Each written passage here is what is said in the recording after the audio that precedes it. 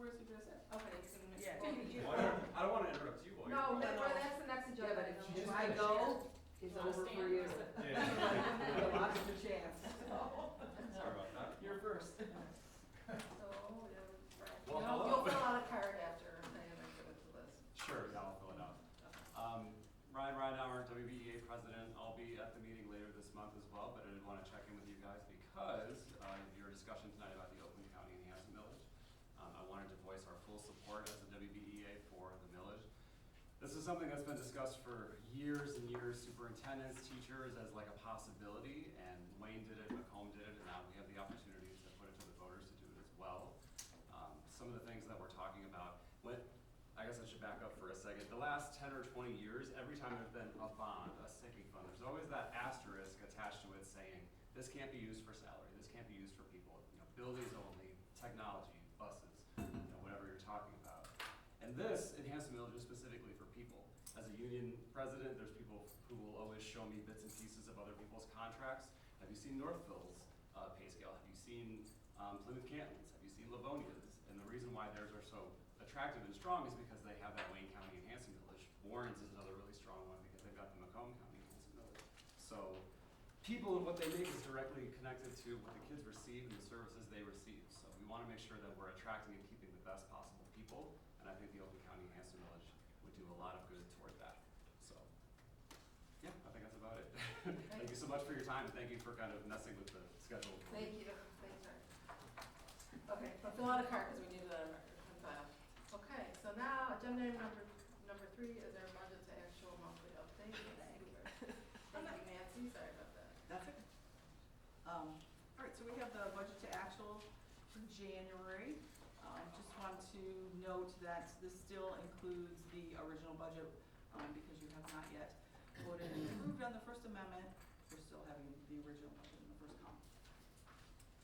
So some of the variances this month, we have federal revenue. The difference there, at this time last year, we had received 2 reimbursements for our IDA expenditures this year. We have received one, we've submitted a second, but we have not received that yet. So that's why we have about 10% more remaining. Again, in adult ed, the same as last month, we received, we lost about $50,000 in our allocation for adult education. So at this point, we have spent a little bit more, a little higher percentage. We did just recently receive an additional amount in our WIOA funds, which is federal adult ed, so which will help to bolster that area. Pupil support services, this is something that's going to be adjusted in the First Amendment. We took this year all of our psychologists and we put them on the IDEA grant. So that's why we have so much, we have a larger percentage left this year than we did the same time last year.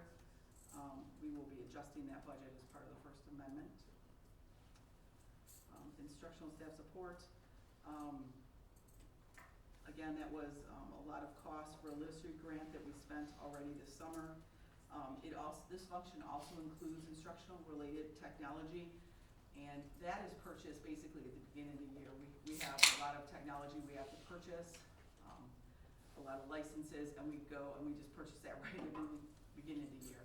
So that's why we have a higher percentage of that. And then in transportation, in the prior fiscal year, December and January bills had not been paid. As of January 31st this year, they have been paid. And also our transportation costs are running a little higher this year, and that's something that's going to be looked at and reviewed as part of the Second Amendment. And then the final one, other financing uses. Again, the prior year included $80,000 of transfers to other funds, and again, we're not budgeted to transfer any money from the general fund to other funds this year. And we're basically right on target. Again. Okay. I know it's a transportation, but is it running higher because there's more, I forget what you guys call them, more routes, or is it just because of change in the contract? We have a new contract this year and That's that the went contract. up. Okay, thank you. Anybody else have a question? Art? So you said right on target, so we assume that you're comfortable yes, I don't see, other than transportation, I don't really see anything, that we need to look at too closely. We seem to be, right about where we were last year. There it is. Okay, then agenda item number 4 is our fiscal year 25-26 budget amendment 1 update. And Nancy will continue to address the board.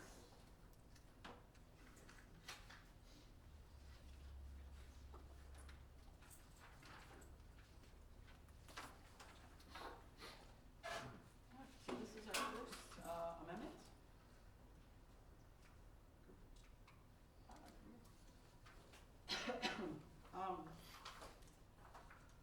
So for fiscal year, June 30th, 25, our audited fund balance was $17.793 million, which was 21.69% of revenues, 22.63% of expenditures. After we incorporated this final audited balance into our budget, our final June 30th, 2006 fund balance was adjusted up to 16.42% of expenditures. Our original fiscal year 25-26 budget, we projected the district would use about 4.85% of fund balance as a percentage of expenditures. The original budget included a per pupil increase of $300, and was based on a blended membership of 4572. And when I say blended membership, again, that is the amount of students that we're getting paid on. That's not a straight FTE, that's not the count in the fall, that's the blended membership between spring and fall. And it included a loss of 194 student FTE. But based on the unaudited fall count, our blended membership is currently 4,514 students that we're being paid on, and that's as of the January state aid report.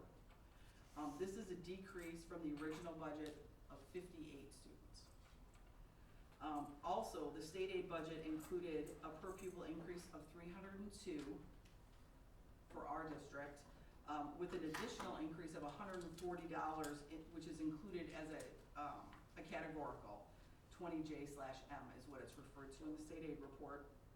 And this is an increase between the 302 and the 140. It's additional 142 over what was originally budgeted.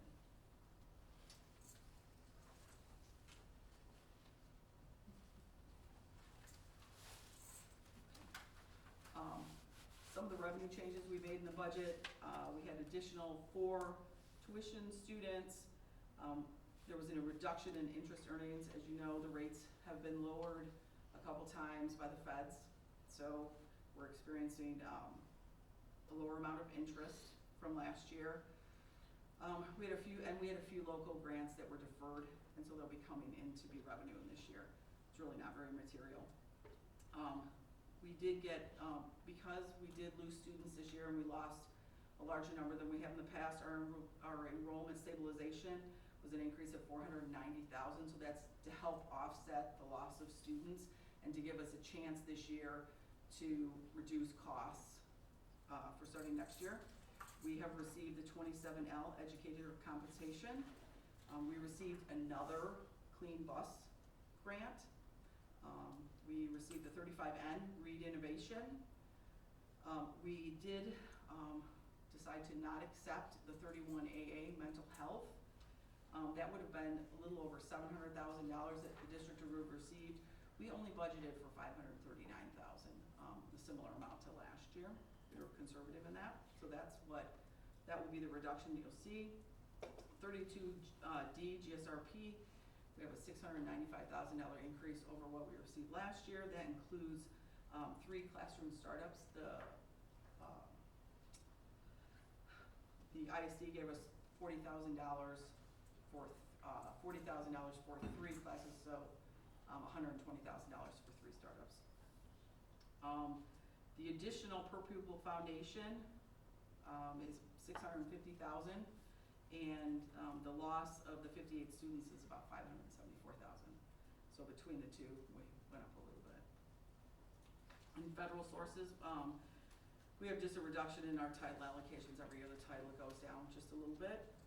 And then in incoming transfers, another we had a reduction this year in the number of students in our cooperative agreements that were here educating in our district.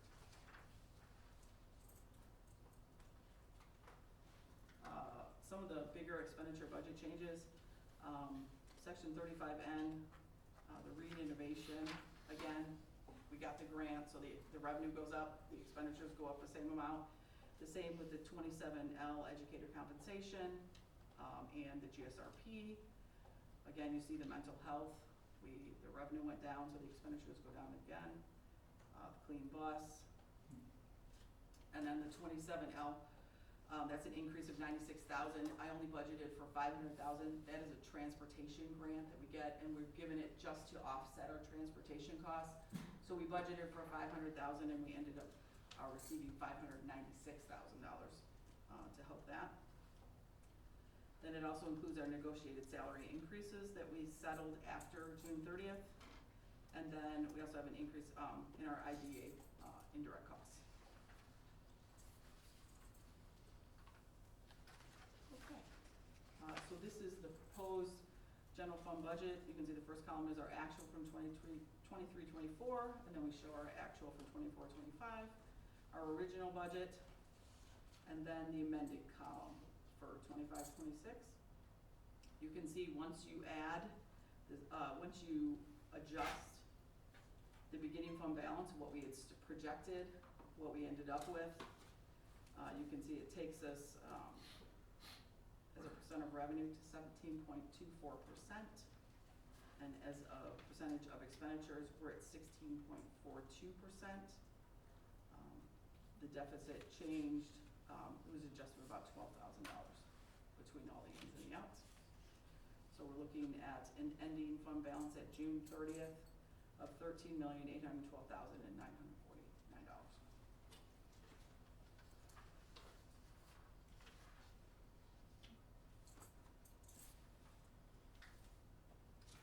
This slide is just, it's a summary of the changes by function, which is how we're required to report.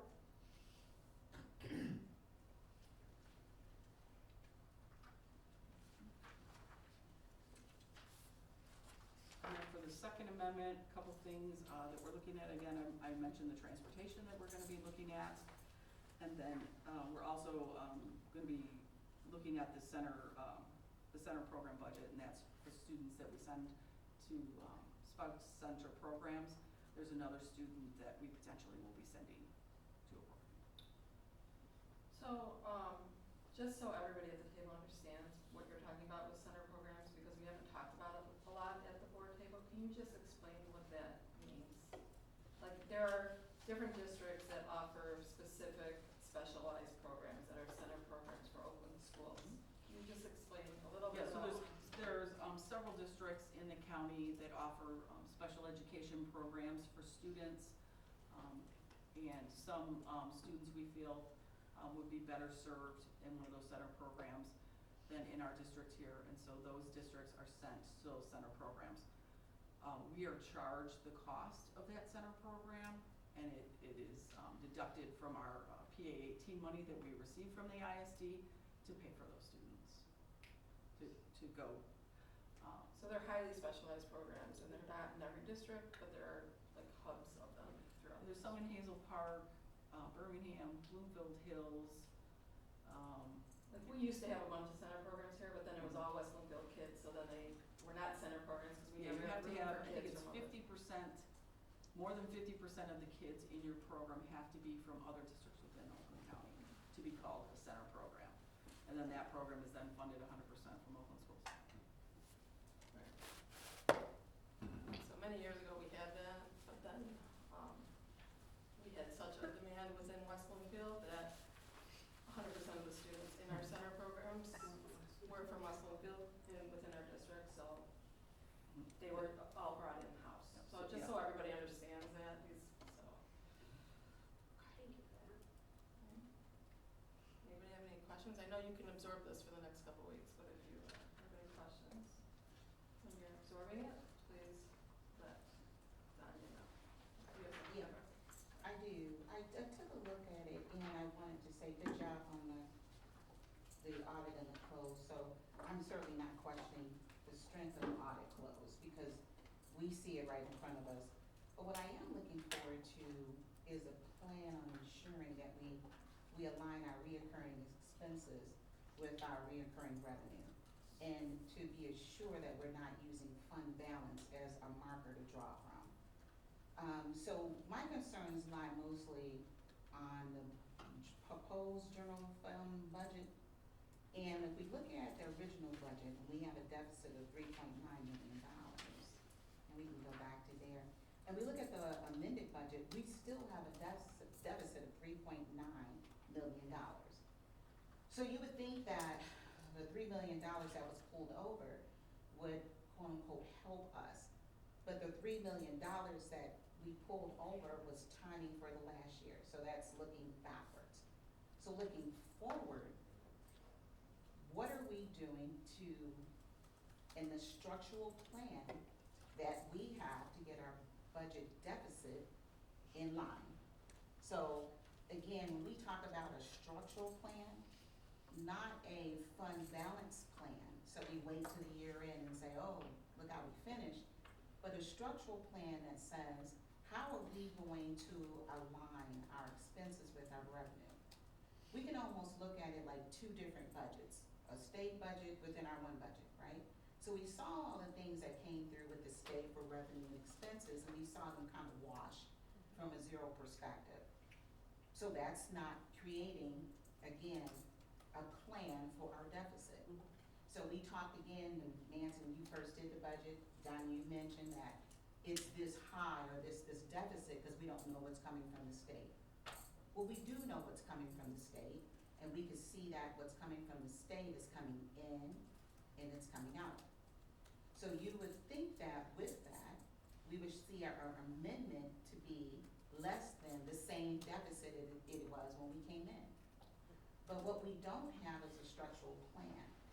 So what I'm asking for is a structural plan. How are we going to reduce this $3.9 million? Because the amendment doesn't address our deficit. It just talks about money in and money out. But it doesn't talk about local spend, because the only way we can truly adjust our deficit is if we as a district decide that we're going to have structural planned with timelines improvements. So those structural plans aren't, throw the teachers out with the bathwater. It's not dramatic. It is a calm plan so we can understand how it is that we will take down costs. If not, we will continue to spend on our fund balance. As we did this year, we took 4.2% to cover. That's not a savings plan.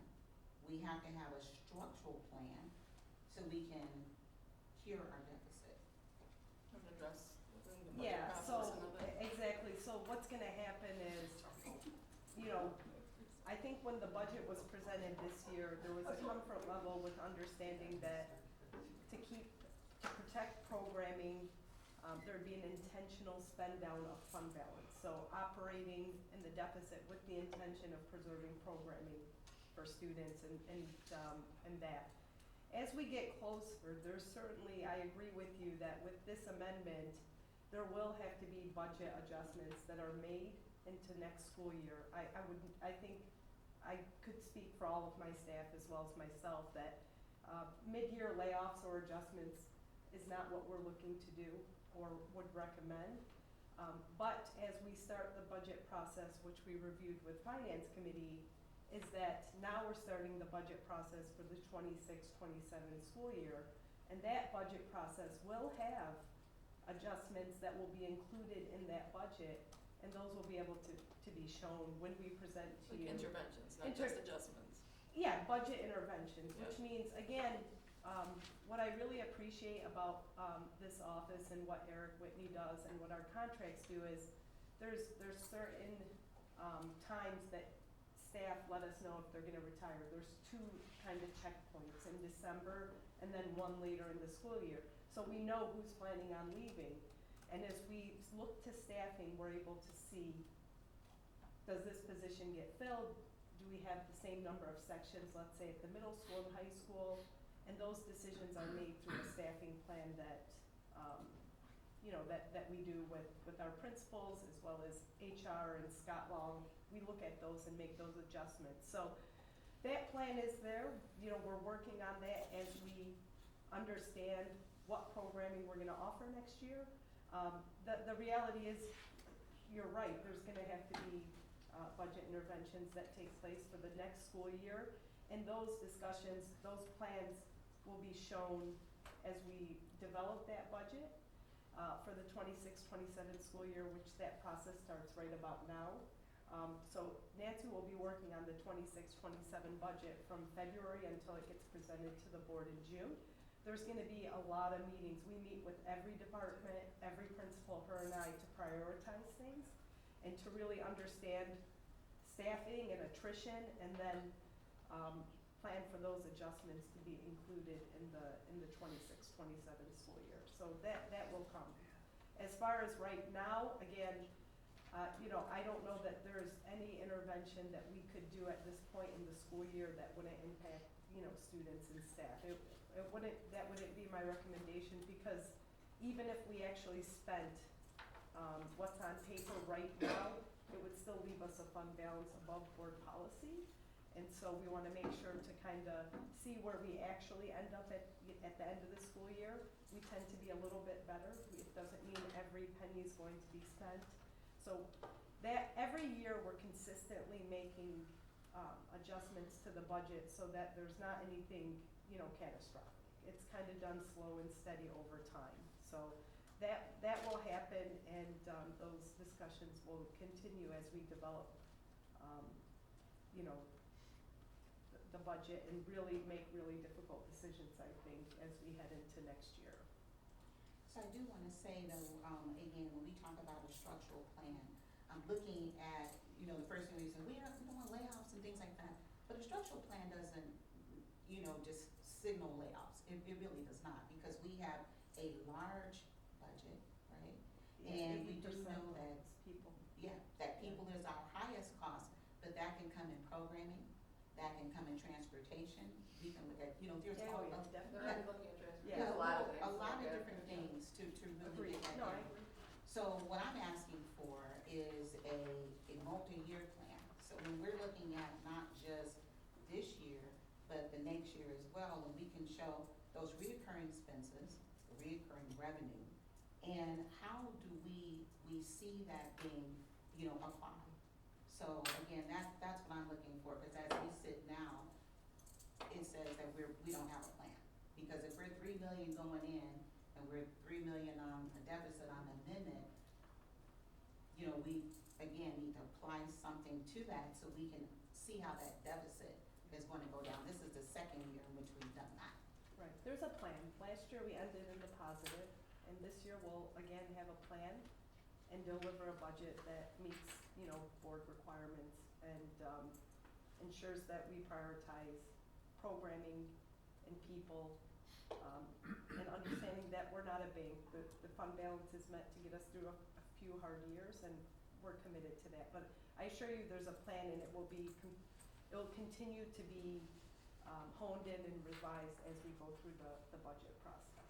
And another thing I will ask, and if it is discussed in the finance committee, that report be included with our budget package, so we understand those that are above us that are not on the finance committee, so we can understand, what's going on. I think that is, the proper operating procedure. We haven't seen a report. It's That in is- the weekly update. Okay. Yeah, I include it, Can- yeah. I think it's just the But beginning of the from a cycle. legal perspective. We Yeah, didn't, yeah. just so, Yeah. we didn't get We didn't get anything, into that, yeah, no, anything that's further early, than what you yeah, guys but just So, so you understand. anytime we meet in finance committee, that agenda and materials are shared. Yeah. I have a clarifying question. So, knowing that we have a deficit, do you charge your team with going like, hey, where can we spend down? Like, and it's not the audit, like I understand that audit, right? But like a spending audit, like where can we trim some stuff? These are really nice to have, these are necessary. Like, does that happen quarterly? Like, does that happen? Happens all the time. That's what I was wondering, Yeah. like, I don't, Yeah, all the time. Ask them how many times I bring up the budget in a cabinet meeting. The budget.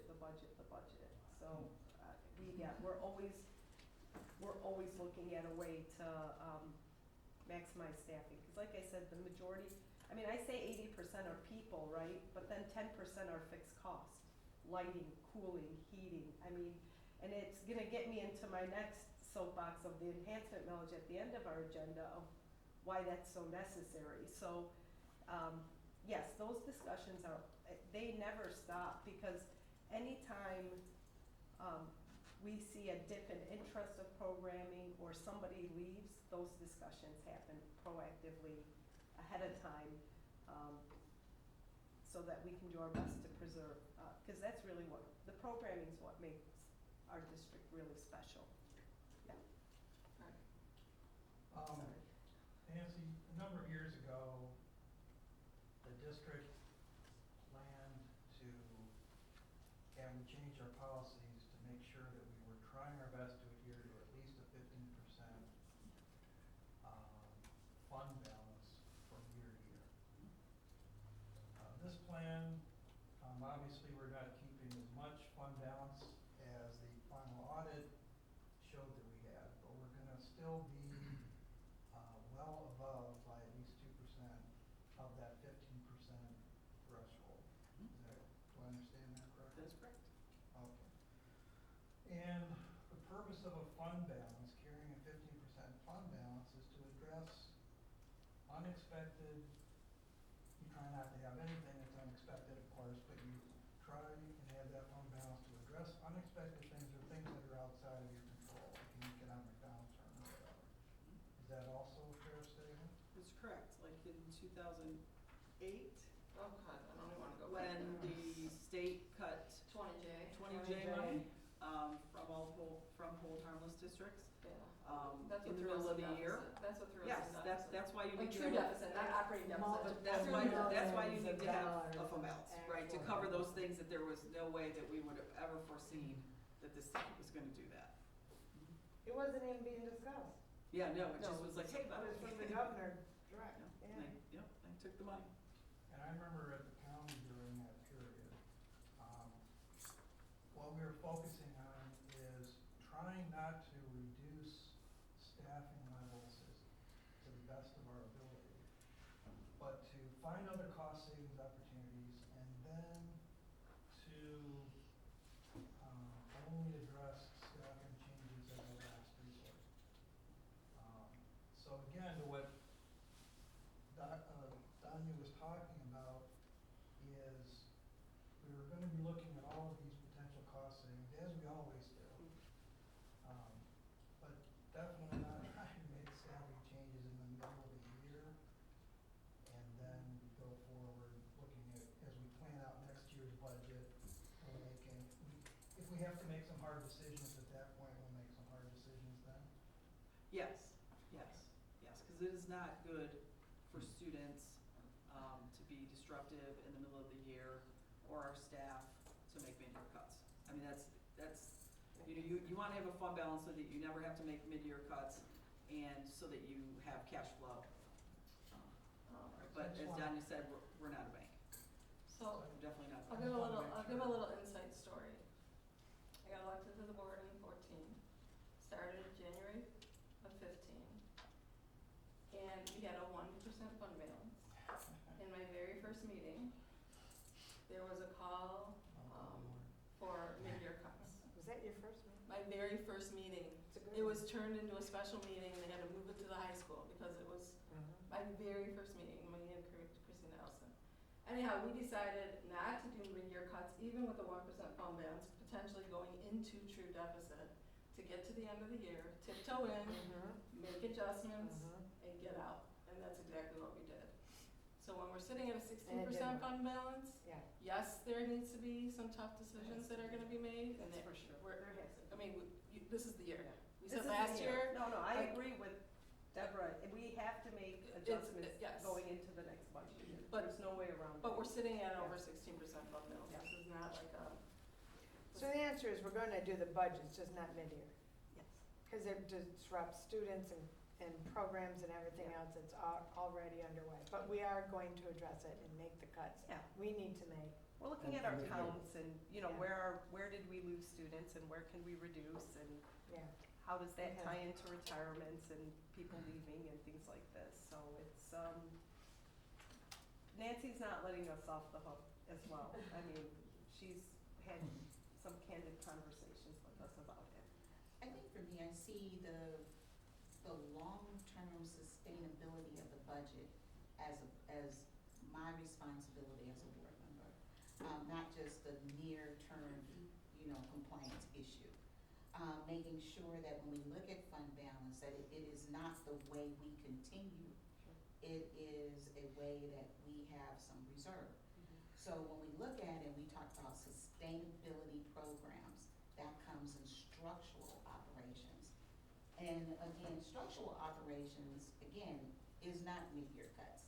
What a structural operation plan is to do exactly what you're saying, Donnie, that we are going to do, which is to look and see what we can do. Not do now, but we do have to do And something. not all at once. The plan, it's just like you plan your vacation or you plan whatever. So you are doing We that. have a plan. Yeah, Yeah. everybody's agreeing. Right, Everybody's but we agreeing. wanna know what the plan is. Well, sure, but Because this is just beginning of the before we- cycle. Right. Yeah, It will we be, have not yeah. known the plan before.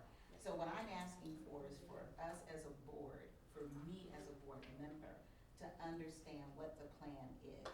So have it in front of us so we can discuss it and understand, you guys are certainly doing the legwork and it's appreciated, but from a long-term budget and sustainability for this district, then making sure we have the plan. So I appreciate, when that plan comes forward so we can look at it and discuss. Thank you. All right, well, then we'll go on to the next thing. Just something to think about, so, in the spring, you all will share the plan for next year's budget. Something that you might wanna think about that was done at the county is having a second year projected budget, which extends a plan a little bit longer term that shows what some of the longer term changes that have to take place to address any larger concerns with the budget. Justified, I'm not gonna say any more about it, but something to consider. Thank you for that as And well. one more thing for me. So this year, we do the budget, I'm requesting, I don't need the book.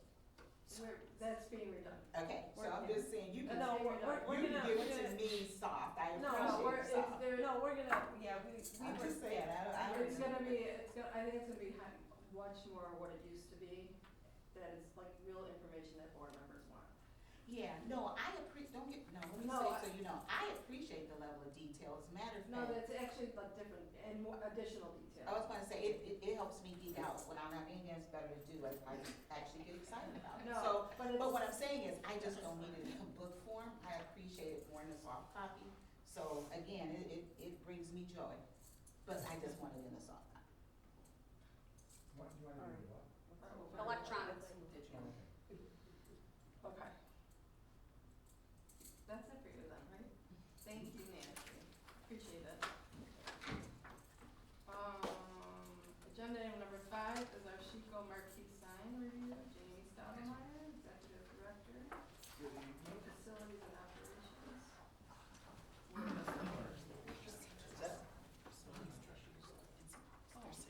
thank you, I appreciate that, I'll take a whole. Yeah, we were taking care of all of us tonight.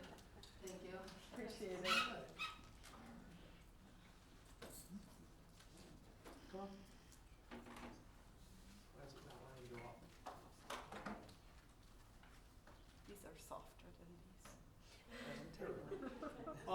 As you know, we're approaching the end of our Chico construction project, and TMP has completed the signage package. This is the exterior digital marquee sign that'll go on Walden Lake, or Walnut Lake Road, sorry. It's late.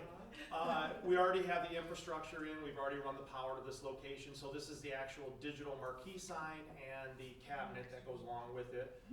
TMP worked with Watchfire and Curb Appeal. Curb Appeal is a company that will be installing it. And it's through the Equalis purchasing program, so it is a cooperative purchasing program. This is, they wanted to make sure that they tied it in with our all of our marketing and and our logos and everything. So basically, they have designed this sign. It is going to be 8 feet wide. The actual viewable portion of it is 8 feet wide by 3 foot tall. As you can see here, there's 21,600 LEDs per side. So it has a very tight pixel pitch of 10 millimeters. So that means it'll be a very nice quality picture. And in case you're worried about it, there is 1.2 quadrillion shades of colors available on this sign. So I knew that was very important. This is what the sign essentially is going to look like, although they are going to pick out the color when they get to the shop drawing phase. So this would be done in time for the building to open. The cost of this is already included in the total building costs that we had presented to you previously, so it was wrapped up in that. And we are going to standardize this type of sign at all the elementary schools. So this is a double-sided LED marquee sign. Is it like the size of the middle school or? It's pretty close to the middle school size. The middle school was Daktronics, but Yeah. we've been switching, TMP said they've switched all their projects now to Watchfire because Daktronics is mainly scoreboards and then they get into digital marquees. They have a nice product, but Watchfire is specifically for this purpose. So they're very good quality. A lot of people have had very good luck with these signs. Okay. Anyone have any questions, Eric? So this is a TMP recommendation. How did we do a competitive bid for this? It's through a cooperative purchasing program, so it's already pre-bid out. Okay, thank you. And we're allowed to purchase off the cooperative. Just so you know, I did talk to TMP for our meeting tonight, and Bill had mentioned that they had bid it out previously for the past like 5 or 6 projects, and he said Watchfire came in lower than Daktronics on all those projects. All right, thank you. Kirsten? You had 2 options, you chose the larger one, can you tell me why? Well, no, they're both the same size. It's just this one has reveals in it around it. And it's just more expensive, the cabinet, and it doesn't really add a lot. So if you look, option 2, it just says with 1-inch reveals. So there's a indent above and below the screen, but both screens are the same size. Okay, so I guess going back with the proposal, there was 1 and it was crossed off, and then it was 2, Mhm. and 2 cost more to run. So I was just wondering why we chose 2 over 1. Let me go back to what you're talking about. Sorry, keep going. Yeah, keep going, keep going. There.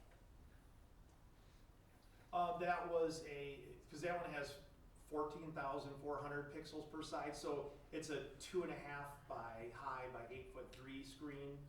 So it's a smaller screen, it's more compressed. This is just more of a size that is better for displaying things that would typically be on an elementary school sign. Okay, and the upkeep with all those cute little pixels and stuff, pretty much Mhm. anytime we buy a TV, it's practically obsolete. So my question is like, how often does it need to be? I mean, typically the Replace LED rating. boards have like a 50,000 hour rating, but you can actually just replace each individual board. So those pixels are made up of probably like 12 boards per side, you know, Okay. and so we just would replace a board if it goes out. I think the high school, the original one, I think lasted like 15 years. Yeah, they last a long Just- time, just- and Yeah, but you Isn't see it and then Daktronics? all of a sudden you like drive by and it's Yeah. like curved, right? You know, like Yeah. you're missing parts, so I'm like, how often? Yeah, but I don't know, I think the first one was 15 years, but I don't remember. Okay. yeah, Yes, it's I been remember around for a long past that. time. But you can replace individual components, so if a board goes bad, you can just replace that board and get it back online. Okay, thank you. What was our cost that we originally budgeted for, and what does it come out at? We didn't, it was wrapped up into the total project cost. So we didn't, at that time, we did not have an estimate, we just had a total project budget. It wasn't a specific line item. What's that? It wasn't a specific. It wasn't a dollar specific line item, no, it was budgeted into the And the power and contingency of the everything's project. already there. Yeah, the bids that we brought before already had all the power. All the and power, infrastructure. and I remember some talk about that at one point. Anybody else, have any questions? I just have a aesthetics question. I don't even know if you know this yet. How far off the ground is the display going to be, like? It Just says there's dimensions on here. of the display itself, but what's the base, how tall is the base off the ground gonna be? Well, so this is the actual cabinet, but TMP's designing a concrete curb, so the bottom of the sign will probably be about 2 feet off the ground. Got it. Yeah. That's We what don't- I'm asking. we don't have the Like a big final- billboard, like a big Yeah. arrow pointing in? No. No, No, it's gonna be very similar to the middle standard like school. the rest of the Yeah. ones that Like are the on that lawnmower, Correct. sign. like a lawnmower. Block. Yeah, Got it. this is deceiving because this shows it right on the grass, but there will be a concrete base Yeah. underneath it. Typically, TMP designs like a 12-inch base. Got it, okay. No, but it's art. Just a quick question. So, I appreciate you bringing this to us. Just out of curiosity, now there's 1,000 different things, more than 1,000 things that go into building a building like Mhm. SHPO. Why was this particular item brought to us for separate approval? Because at the time, TMP, we didn't need it back when we did the whole building package. And TMP was a little bit behind on designing the interior signage package. Cause they were working with our new logos and stuff, and they were trying to get everything done and buttoned up, so that they could coordinate it with the new So this was logos. just something that wasn't originally approved in the Correct, budget that we. but it was included, we had the price included in that original cost estimate. All right, thank you. Mhm. Okay, very good. Moving on to our bus purchase. Item number 6 is our bus purchase review, and Jamie will once again All right. share with the board. So this is the second phase of our 2023 bus purchase. We worked with our mechanic and our bus company to develop some specs for new buses as part of our replacement schedule. So what we're looking for here is 2 47-passenger buses, a 47-passenger lift bus for the handicapped students, 2 65-passenger buses, and another electric bus. On our board update for the bond that we have $1,194,250 left for these purchases. This total purchase would be $1.290 million, but we did receive a $308,000 Michigan Clean School Bus Energy Grant Award, and we already have that money. So that's subtracted off of that. So that still leaves us with an additional $212,000 in the bond for future bus purchases. Additionally, our sinking fund that we just passed does allow us to purchase buses off of that too, so we can continue to maintain our fleet. We did visit the EV tour again. On the right, you'll see this in-charge charger. The cost of charge, remember originally when we were talking about the electric bus, we were throwing out numbers like 60,000, 30, I mean, they're very expensive. They've come down in price, and we actually purchased this particular charger and a pedestal, and it was $7,200. And this charger will charge the bus in 6 hours. Wow. So, yeah. So we've already purchased that one for our first bus, so we'll have to purchase another one for our second bus. The buses are taking a little bit longer than we expected. Originally, it was supposed to be like it was supposed to be a long time ago, we were supposed to have that bus. But they were having some bugs that technical difficulties they had to work out, so they didn't wanna just launch all the buses. So anyways, our bus is in production starting in March. So we should see our first electric bus at the end of March is what we're hoping for. And I just talked to the manufacturer the other day, and they said they're still hopeful for that. As a reminder, those electric buses get about 135-mile range, and they operate at about 50% of the cost of a diesel bus. The electricity is a much cheaper fuel source. We did update the fleet replacement schedule, and we do have it mapped out to 2036. We're trying to keep this as logical as possible. We talked about before, we have to have our buses, Michigan State Police inspected every year, and they really start to scrutinize them after 10 years. So really, that's kind of the standard, is schools try and get rid of their buses, soon thereafter, after they're 10 years old, because they really fall under a lot more scrutiny. Right now, we're sitting at an average fleet age of 5.88 years, which is really good. We want to keep maintaining that. Just so you know, some other stats, we have average mileage in our fleet of 66,000 miles per bus. Our buses travel typically around 12,000 miles per year. And then we're trying to hold that 10-year replacement cycle. So right now we're projecting about 10.13 with this purchase. And the two that are highlighted there are the ones that we want to have replaced. We will keep some of the other ones for spares. until we no longer need that. So we'll just continuously update this replacement schedule, and you do have a copy of that, a larger size one. I know this one's kind of hard to see. And then we're targeting right now, our average mileage at replacement would be around 122,000 miles on the buses. Those pedestal charging stations, Mhm. what's the source of the power to charge it? We have 240 power out at the fence at the bus yard. So we would, plug that in. what's that? We're gonna have an electrician come in and just run a whip from that panel into our pedestal charger. So we have our buses back in now, the charging port is gonna be on the back of the bus. So we'll just be able to back up right to that pedestal and plug it in. It's not like you have to do that church. Correct. A quick question in regards to the electric bus. So what are some of our performance metrics? How do we know that if the buses are working well? Have we established a chart? Are we working with some other districts so we understand some best practices or collaboration of how well buses are doing, electric buses are doing for them? There's not a lot of them on the street, to be honest. I mean, that's why we wanted to start slow. So Pontiac was replacing all theirs with electric. They- They just started? A They- ton of electric buses. Well, they just recently received them, so Okay. there's a lot of districts that are kind of waiting to see how they perform. We know in cold weather, there's been some struggles where it drops the mileage down. Some districts that do have them are reporting around 90 miles on really cold days and stuff. So Wow. this is we're not gonna dive into this, we're kind of dipping our toes into the electric bus business, and we'll see how it goes with Pontiac. We did receive those large grants for both of these, which helps, but this isn't a tried and proven technology as far as the buses go. There's definitely a future in it, because it is, cheaper than diesel, and the other thing is, there's not a lot of them on the road.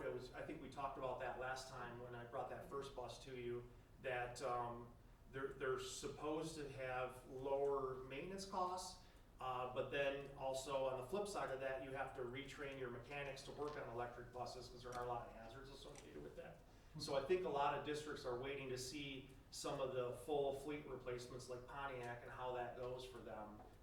Because we have it on paper here that the buses will travel 135 miles on a good day, but we're gonna really wait and see how they're handling that in the real world.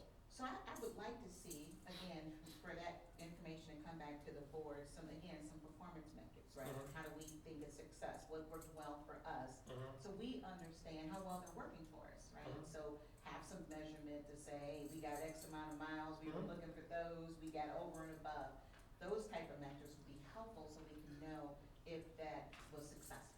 Right. Okay.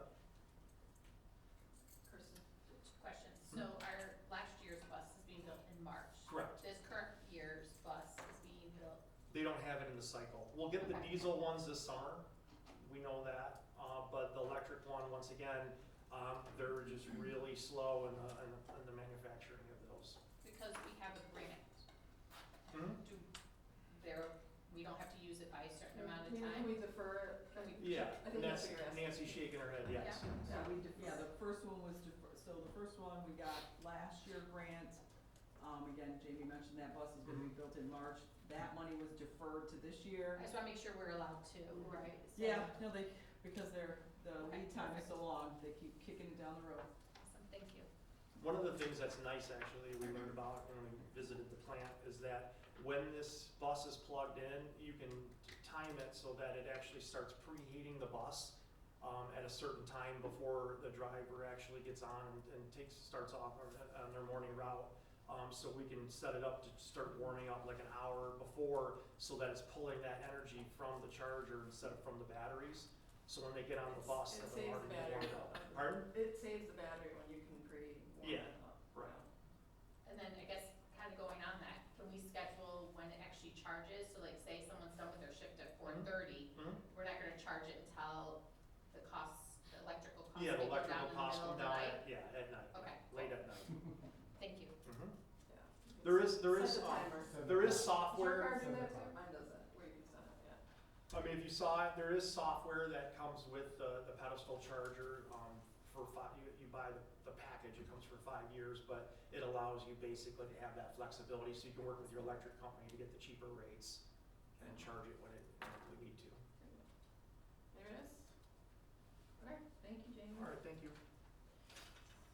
Agenda item number 7 is our preschool and kid connect rates review. Scott Long, Assistant Superintendent Learning Services. I'm sorry. Thank you guys. Hi, good evening. I'll pass this one to you.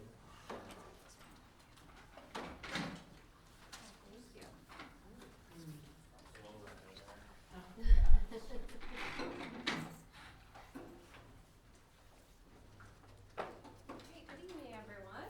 Did you see my shirt? All right. Thanks for representing.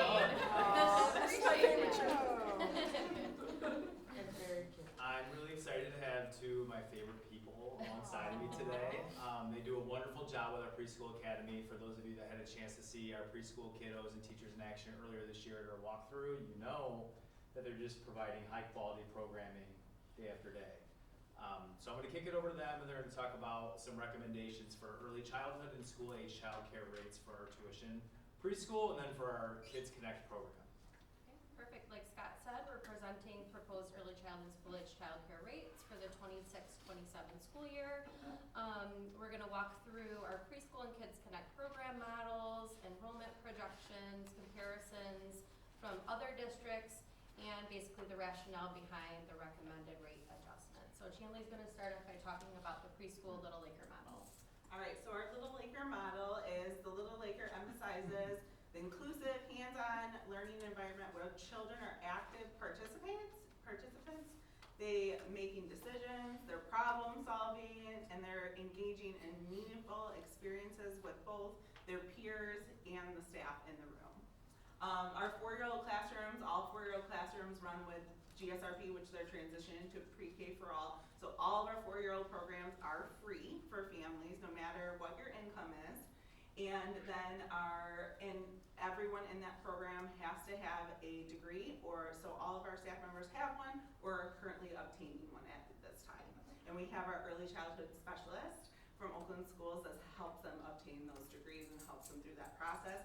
We kind of look at her as like an instructional coach for our teachers. So anything that they're struggling with in the classroom, she comes in and coaches them through that. And then our 3-year-old preschool program will remain tuition for next year.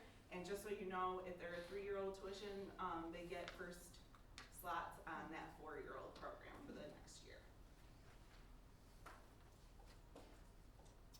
Okay, so this outlines our preschool programming across our 3 sites, Scratchgo, ACS, and Chico. Each site offers programming that reflects those locations and the family needs, including half-day and full-day options. So we'll have Scratchgo half-day still, 3-year-old tuition, 2 classes, running Tuesday, Thursday, Monday, Wednesday, Friday. 4-year-old class, half-day, free, there's 1 class there. Our ACS full-day classes, we have 3-year-old tuition, 1 class, which is a multi-age full-day. 4-year-old class will have 7 classes. And then Chico full-day will have 1 class, 3-year-old tuition, Chico free, 6, potentially 7 classrooms. Making our threes total at 53 students for 26-27 and 243 students for 26 and 27 for 4-year-olds. We're adding on 70 students for next year. Just to provide some context for district comparison, we're showing preschool tuition compares to neighboring districts. As you can see, West Bloomfield remains lower than or comparable to the surrounding districts like Clarkston and Troy. This comparison is important because it does highlight our program. It has historically remained, competitively priced while we still invest in high quality programming. Excuse me, you'll see proposed tuition rates for our 3-year-old preschool program for 26-27. The proposed increase reflects on several factors. We're including an inflation rate of just over 3% impacting operational costs, rising staffing expenses, the need to attract and retain qualified educators, and tuition comparisons with other local school preschool programs. We are also seeing lower enrollment for the 3-year-old program statewide as more families are pushing and waiting, to get that free preschool programming for their 4-year-old. So this just helps us to ensure that the 3-year-old program remains sustainable for our staff and operational costs. Our Kids Connect model, just like preschool, we really build on positive relationships. So fostering self-awareness and working on supporting social and emotional development within this program. We intentionally center our work around relationship-based, capturing the kids' hearts through the district. We kind of keep that on with our Kids Connect staff and give them some training on that. And then we prioritize high-quality programming by investing in training for our staff members, professional development, and making sure that we're in compliance with licensing requirements. And then operationally, Kids Connect requires us to extend staffing hours, particularly with the late starts this year, which significantly impacts our staffing costs. So again, this is just comparing school-age childcare rates across the neighboring districts in Oakland County. They do vary, but some districts do outsource services. West Bloomfield operates a district-run program, so we have to have that consistent staffing and expectation. When reviewing our registration fees, those daily rates and half-day pricing, West Bloomfield remains competitive in the county while offering those extended hours and district oversight. So here's the proposed Kids Connect rates for 26-27. The registration fee increase reflects the first adjustment since 2019. We're proposing an increase to half-day pricing to offset staffing costs associated with those later late start days, again, which require additional instructor hours. We're implementing a minimum enrollment requirement of 2 days per week to support staffing stability and consistency for children. Credit card processing fees will continue to be passed on to families while payments will still be accepted through the finance office. Yep. And then in closing, we are recommending approval for the proposed 26-27 rates for both preschool and our Kids Connect program. These recommendations balance affordability for families and also comparing from neighboring districts, and our need to sustain high-quality programming, retain staff, and ensure long-term sustainability for our program. Any questions? I have one right off the bat. So we're gonna add 74-year-olds.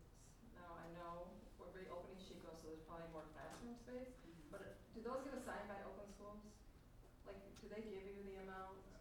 I We give them the Yeah, amount. depending on the site space that we have, correct. Okay, so I didn't know how that worked. Yes. Okay, so that's wonderful. Yeah. Devin, You know what? So first of all, the program is phenomenal. You hear parents across talk about West Bloomfield preschools. That's great. Yeah, they do. I've heard that. So I just want to thank you for that. I'm very proud of that. So but I do have questions about competitiveness, right? Because that's always a thing. So I want to go back to the 4-year-olds. So if we look at the program for 26-27, and we talk about 243 students, that's an estimate, or are those parents committed?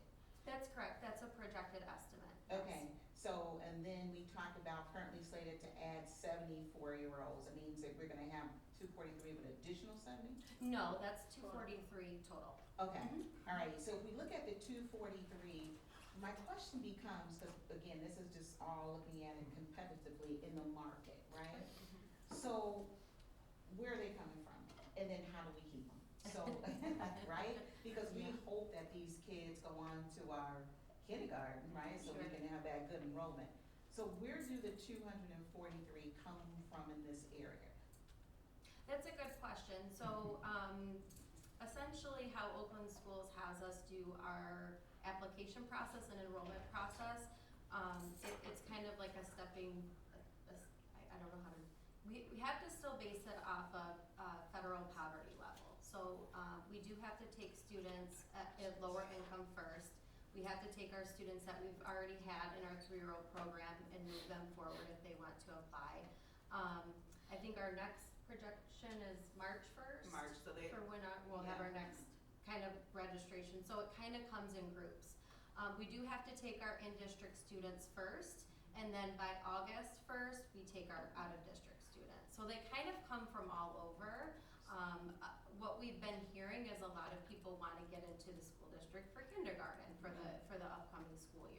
So, yeah, we're just kind of advertising and hoping that they kind of come from everywhere.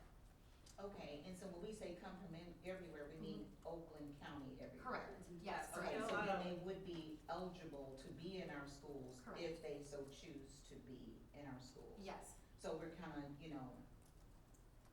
advertising a little bit, probably need to advertise a lot, right? yes, So we can continue to boost that, enrollment within our schools. absolutely, Okay. yep. But that's not a guarantee admit to kindergarten. Correct. I mean, because Preschool, years ago, yeah, you still have to apply for schools years of ago, choice. that's what used to happen, and that is not legal anymore in this commission. I think you- They it is still have to separate. apply. I just want people to Yeah. know, because it, 15 years ago was different, Right. so.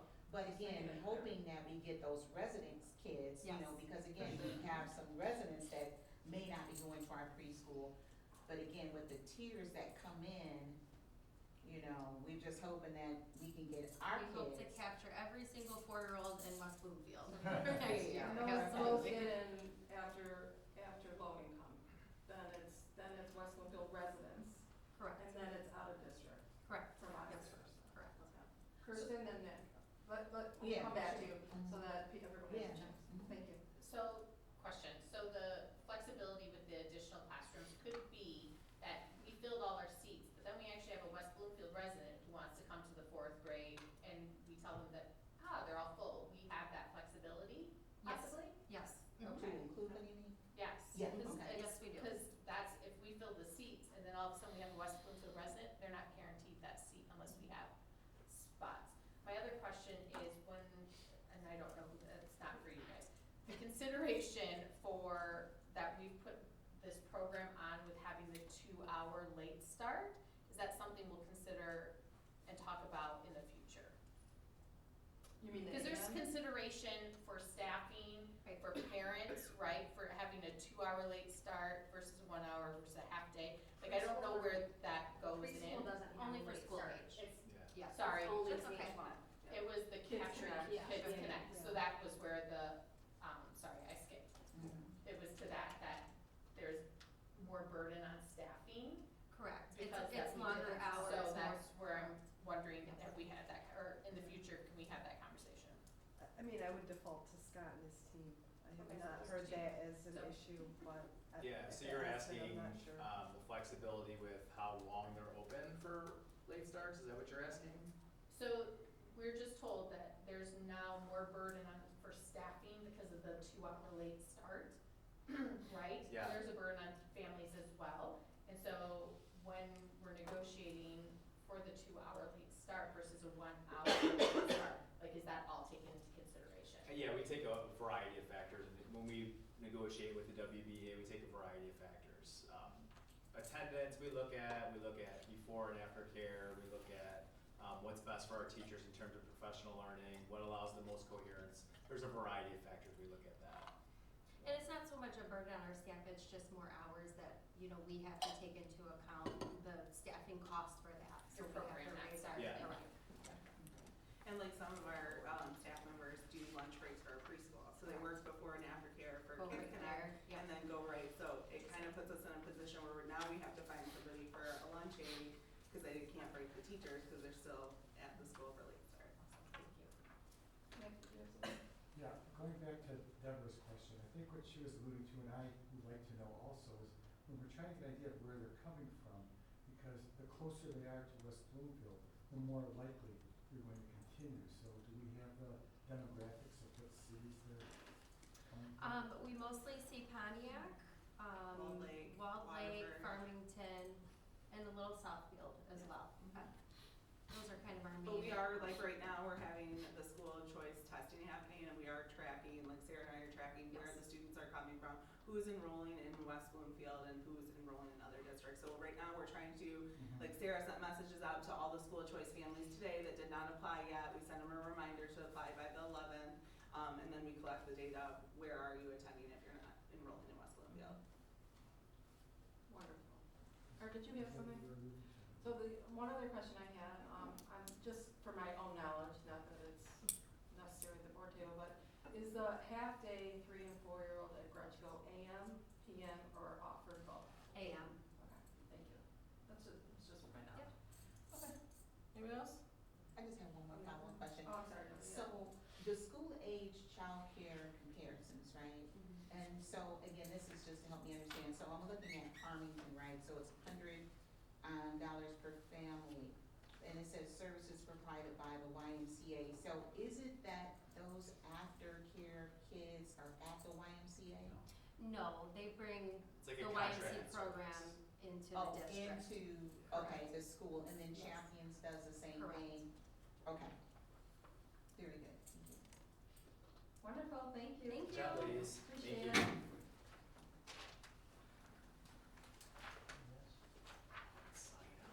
Okay, agenda item number 8 is our mid-year school improvement data review.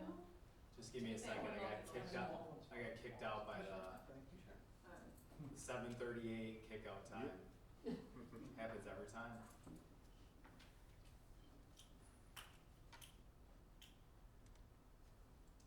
And we're back. That's in your board docs, you guys.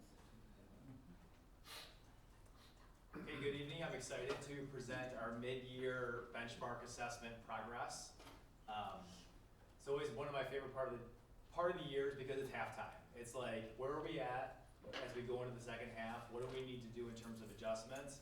And what are we celebrating? And I will say there's lots to celebrate based on the data that we're seeing, and I'm excited to share that with you this evening.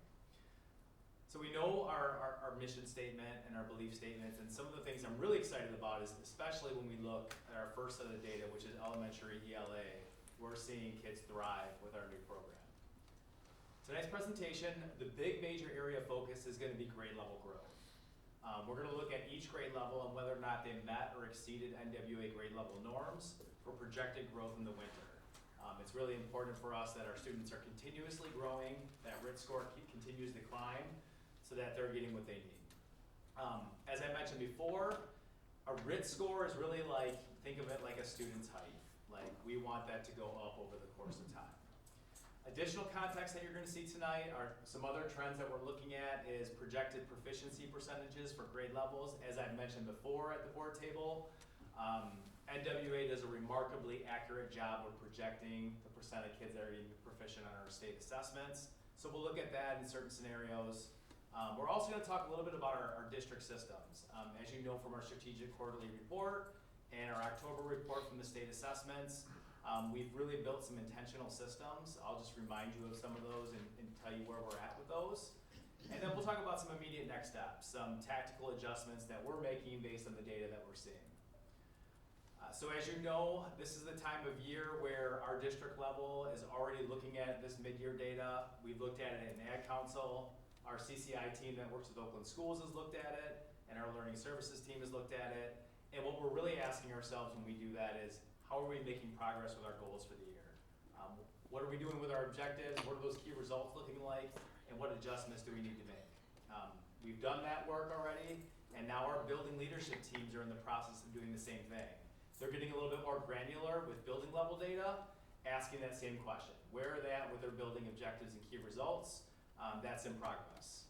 Throughout this month and even into the early part of March, our PLCs, our professional learning communities at the buildings, will look at this same data at a way more granular level, student by student, group by group, and they'll ask what decisions they need to make in terms of their instruction and adjustments. And then our interventionists. So at the building level in our tier 3 intervention, how are things going for those students? What are the patterns that we see and what adjustments need to be made? So on to some data. This is elementary ELA benchmark assessment data.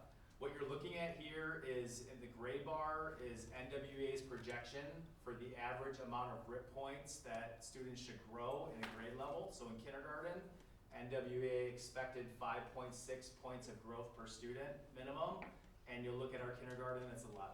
So we're doing a great job. In first grade, 5.2 was the projection, and we're at 10. And in second grade, 4.3 was the projection, and we're at 11.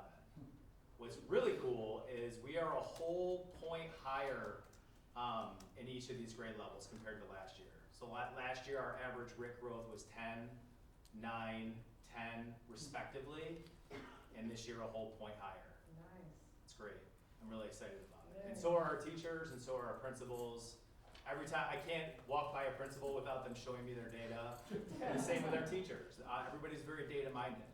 This is 3rd, 4th, and 5th grade. Again, you'll see the projected growth. One of the things you'll notice is that as you go up in the grade levels, NWA's projection and expectation is a little bit smaller. It's harder to grow RIT points the older you get. The content gets more complex, more dynamic. And so you'll see here, 3.2 projection, we're at a 6. 4th grade, 2.2 projection, our group's at a 6. And then 5th grade, knocking that out of the park as well. This is pretty neat. This is over the course of time. So in 23-24, 6th grade levels in elementary tested, and only 2 had met or exceeded the projection.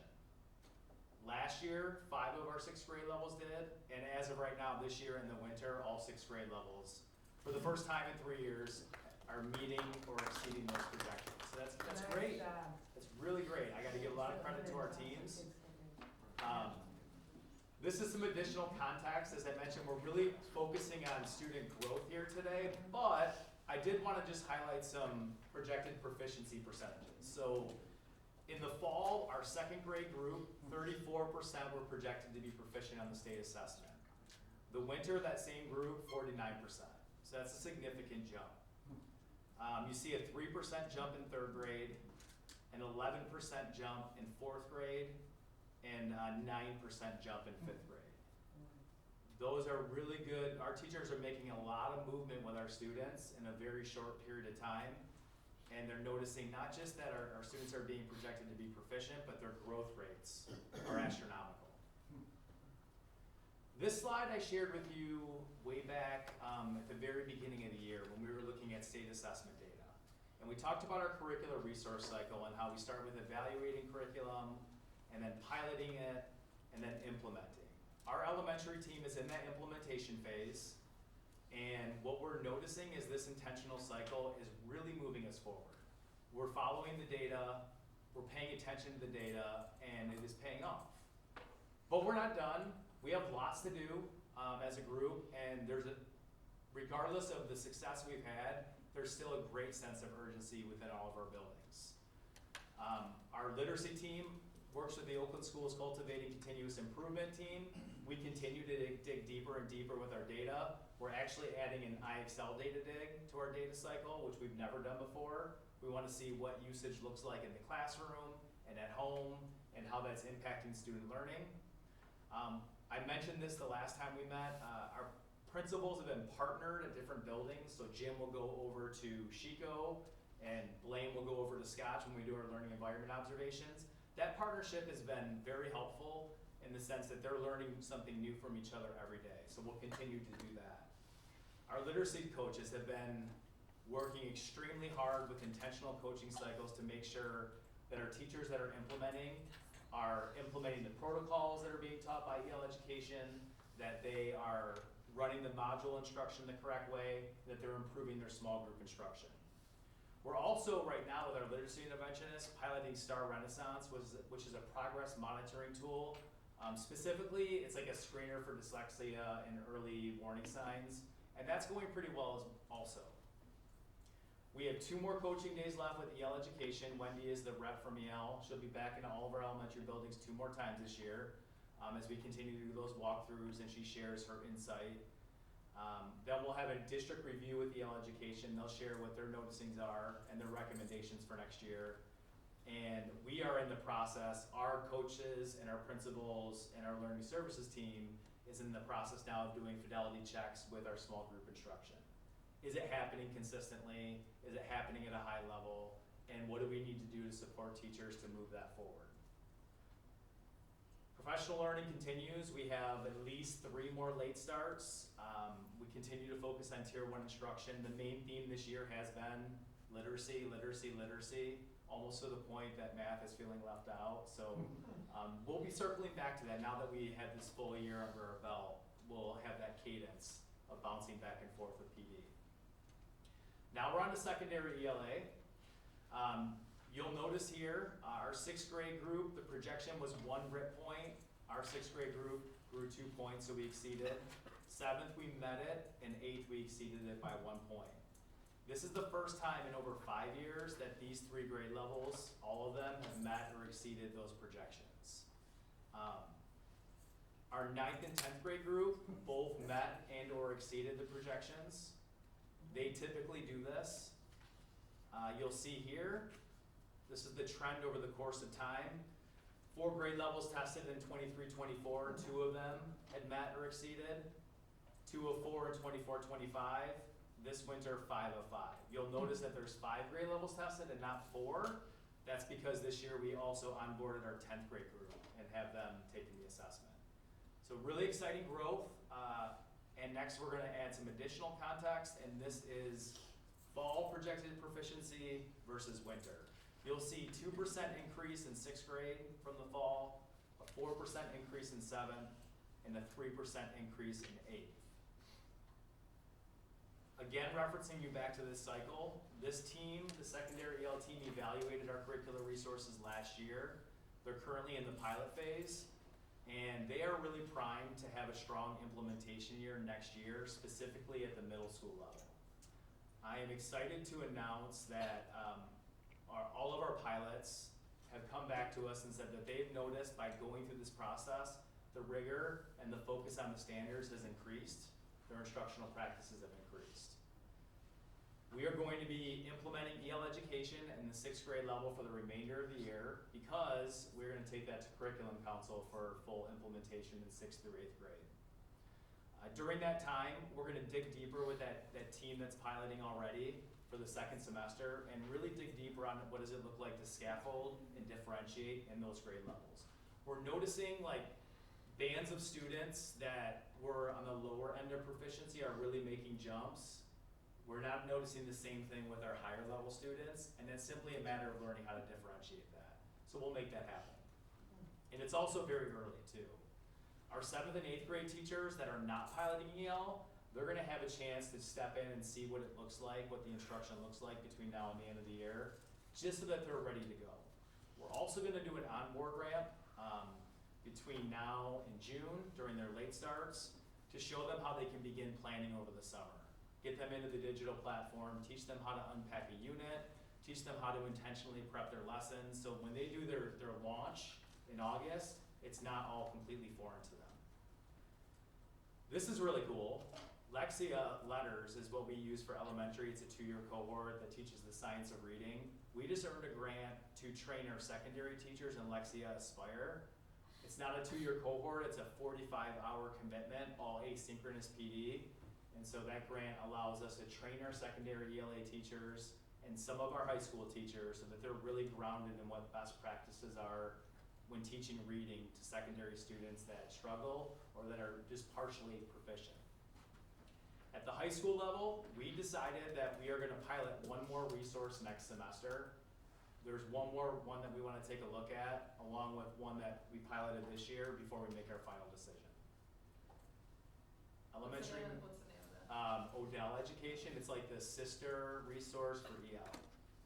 We had the last pilot committee meeting, second to last pilot committee meeting we had like our pilot committee team go into pilot classrooms, and a lot of the high school team that was there said, is there a version of this? Is EL like in high school? I'm like, no, but there is Odell, so they asked me to research it and they wanna try it out. Elementary math.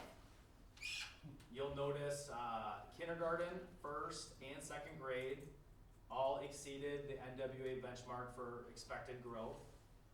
Compared to last winter, the kindergarten and 2nd grade levels are both 1 point higher in terms of average rate growth than last year.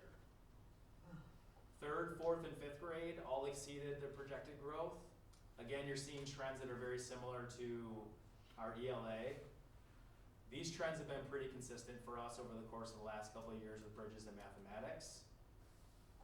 As you can see here, 23-24 was the last time that we did not have all 6th grade levels meet or exceed that. It's become pretty consistent, which is great. This shows you elementary math, fall to winter.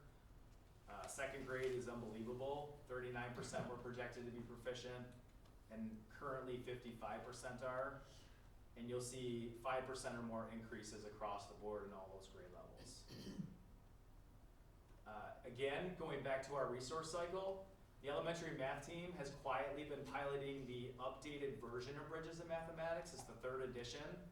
And that pilot team has noticed some critical upgrades in the resource that's gonna help us amplify what we're currently doing. It would have been really easy to say, yeah, things are going well, but that team wanted to see what was out there in terms of this. And what they found is that the number corner, the math workplaces, and unit lessons all have improvement components. There's increased connection to standards, so less wasted time during specific lessons. They're including trade books within the lessons for lower elementary, so implementing and integrating reading and math. Increased challenge and rigor, and then also improved streamline of assessments. The assessments got a little bogged down and super wordy, almost way wordier than you would see in a state assessment. They've streamlined those quite a bit to make them more accessible for our students, but still maintaining the challenge. The pilot team has done such a good job, even though Bridges is offering us complimentary professional learning, we're gonna take them up on it. They also wanna give PD that's at a deeper level to all of our teachers, and they volunteered that. That just shows you how committed they are to growing the math instruction. It's awesome. Secondary math. You'll see in 6th, 7th, and 8th grade, all 3 grade levels exceeded the projected expectation by NWEA. That's great. Again, that's been pretty consistent over the course of time. If you've been paying attention, you noticed in the ELA, we offer 9th and 10th grade data. It's not in here, and I'm going to explain why. The high school team decided that they really wanted to focus in the winter on their assessments within the Reveal Math resource. So instead of taking extra time in their classroom to do the benchmark, which is not required by the state, they wanted to use the Reveal Math midterm in the ALEX Mastery Growth Checks to see where they're at with the resource. And what they found was that their 9th grade algebra students demonstrated an average increase of 8 additional concepts mastered from fall to winter. And that's not just like proficiency, that's like mastery of the concept. And in 10th grade, an average increase of 10 additional concepts mastered.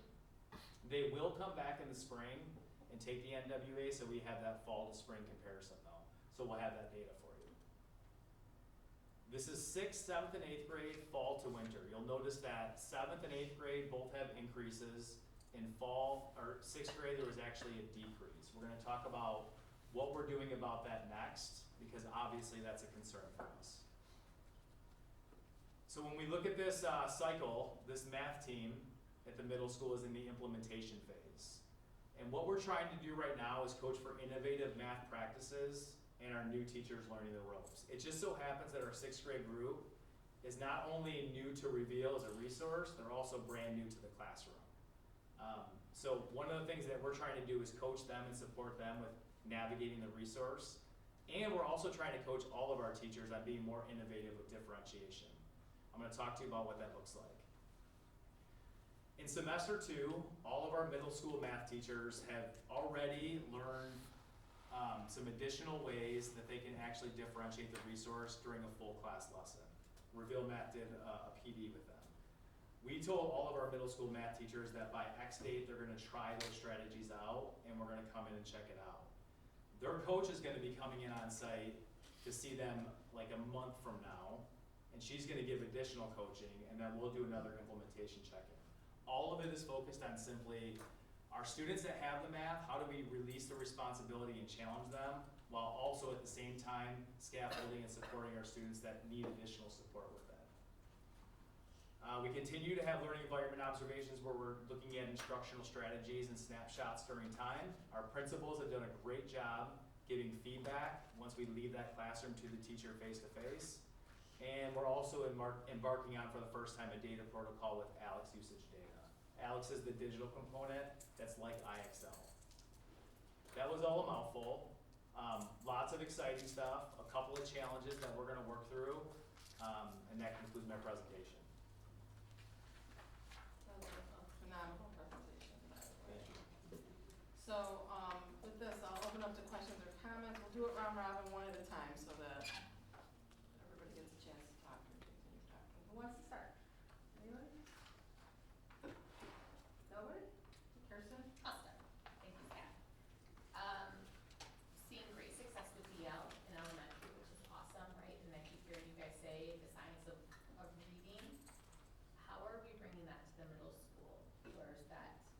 that was one of the Bert defining. shared that earlier. Yeah, so I'm glad you asked. That was one of the defining factors of us deciding to go with EL, the pilot that we're doing right now, to have K-8 vertically aligned. If you remember back when we decided to transition from K235 to K5, we shared some research with the board that there's not definitive research on that, but there is definitive research on K-8 schools. That vertical alignment, you'll see increased achievement levels, you'll see better attendance, higher levels of engagement, less discipline. We believe that having consistency in the resource from kindergarten all the way to 8th grade, which is deeply rooted in the science of reading, is gonna help support our learners when they make that transition from 5th to 6th grade. We also think getting that grant to be able to train our secondary teachers with Lexia Aspire is gonna give them that foundation understanding to not just implement a resource, but understand what makes a reader tick at that level. One of the things we found when we had all of our elementary teachers go through letters training, that started like 3 years ago before we even started EL. Some of the teachers that got on the letters training later down the road, like right before we started to implement, they're like, I wish I would have had EL 4 years ago because everything that the resource is doing is what we're learning in letters. And so I think if we get ahead of the training for these teachers with Lexia Aspire and then couple the resource with it, it's gonna make a huge impact. So that was a very long-winded answer. No, I appreciate that, and so is it like, I don't know if the right word is scalable, to help, say, 8th graders, to kind of help catch them up possibly? Yes. Or give some skill sets that they might not have had? Yeah. Okay. thank And you. I also think too, the middle school's innovative way of shifting advisory. I'm not sure if we've ever shared this with you, but our students that struggle the most with English are tied to their English teacher during advisory. So we were in some advisory classrooms the other day, and I just happened to pop into 3 English classrooms. And what I noticed is they have a better grasp of how to utilize IXL in there and assign specific skills. And some of them are even starting to pull groups of kids alongside of them and do some of the stuff that you see at the elementary level. What we have to do is, as we get better and better with the advisory model, is train all teachers how to do that. Thank you. Yep. So Scott, always a great presentation. You have King's English and all that mastered, so it's great.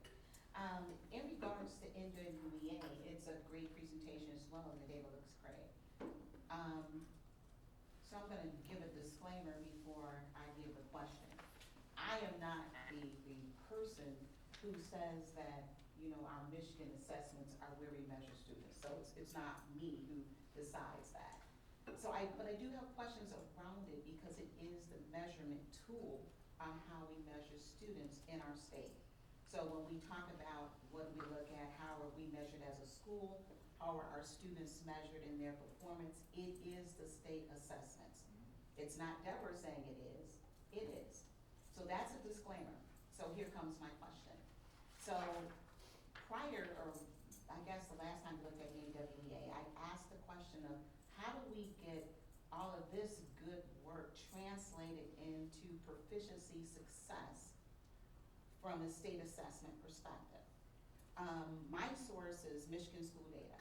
So when I go back and I look at, like for instance, ELA for our 3rd graders for West Bloomfield, and how we're running against the state and how we're running against other Oakland County schools, our proficiency level, the majority of our students are not proficient on the MSTEP. We are running below Oakland schools, and maybe a little bit below, maybe even to the state. That's based on Michigan school data.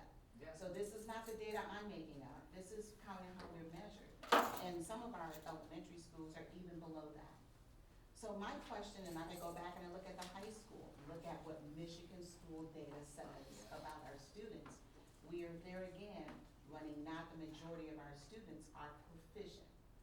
So my question always is, how do we turn this great NWEA, and then when our students sit, I know it's a growth assessment, but that growth again has to translate into them being successful on a state assessment.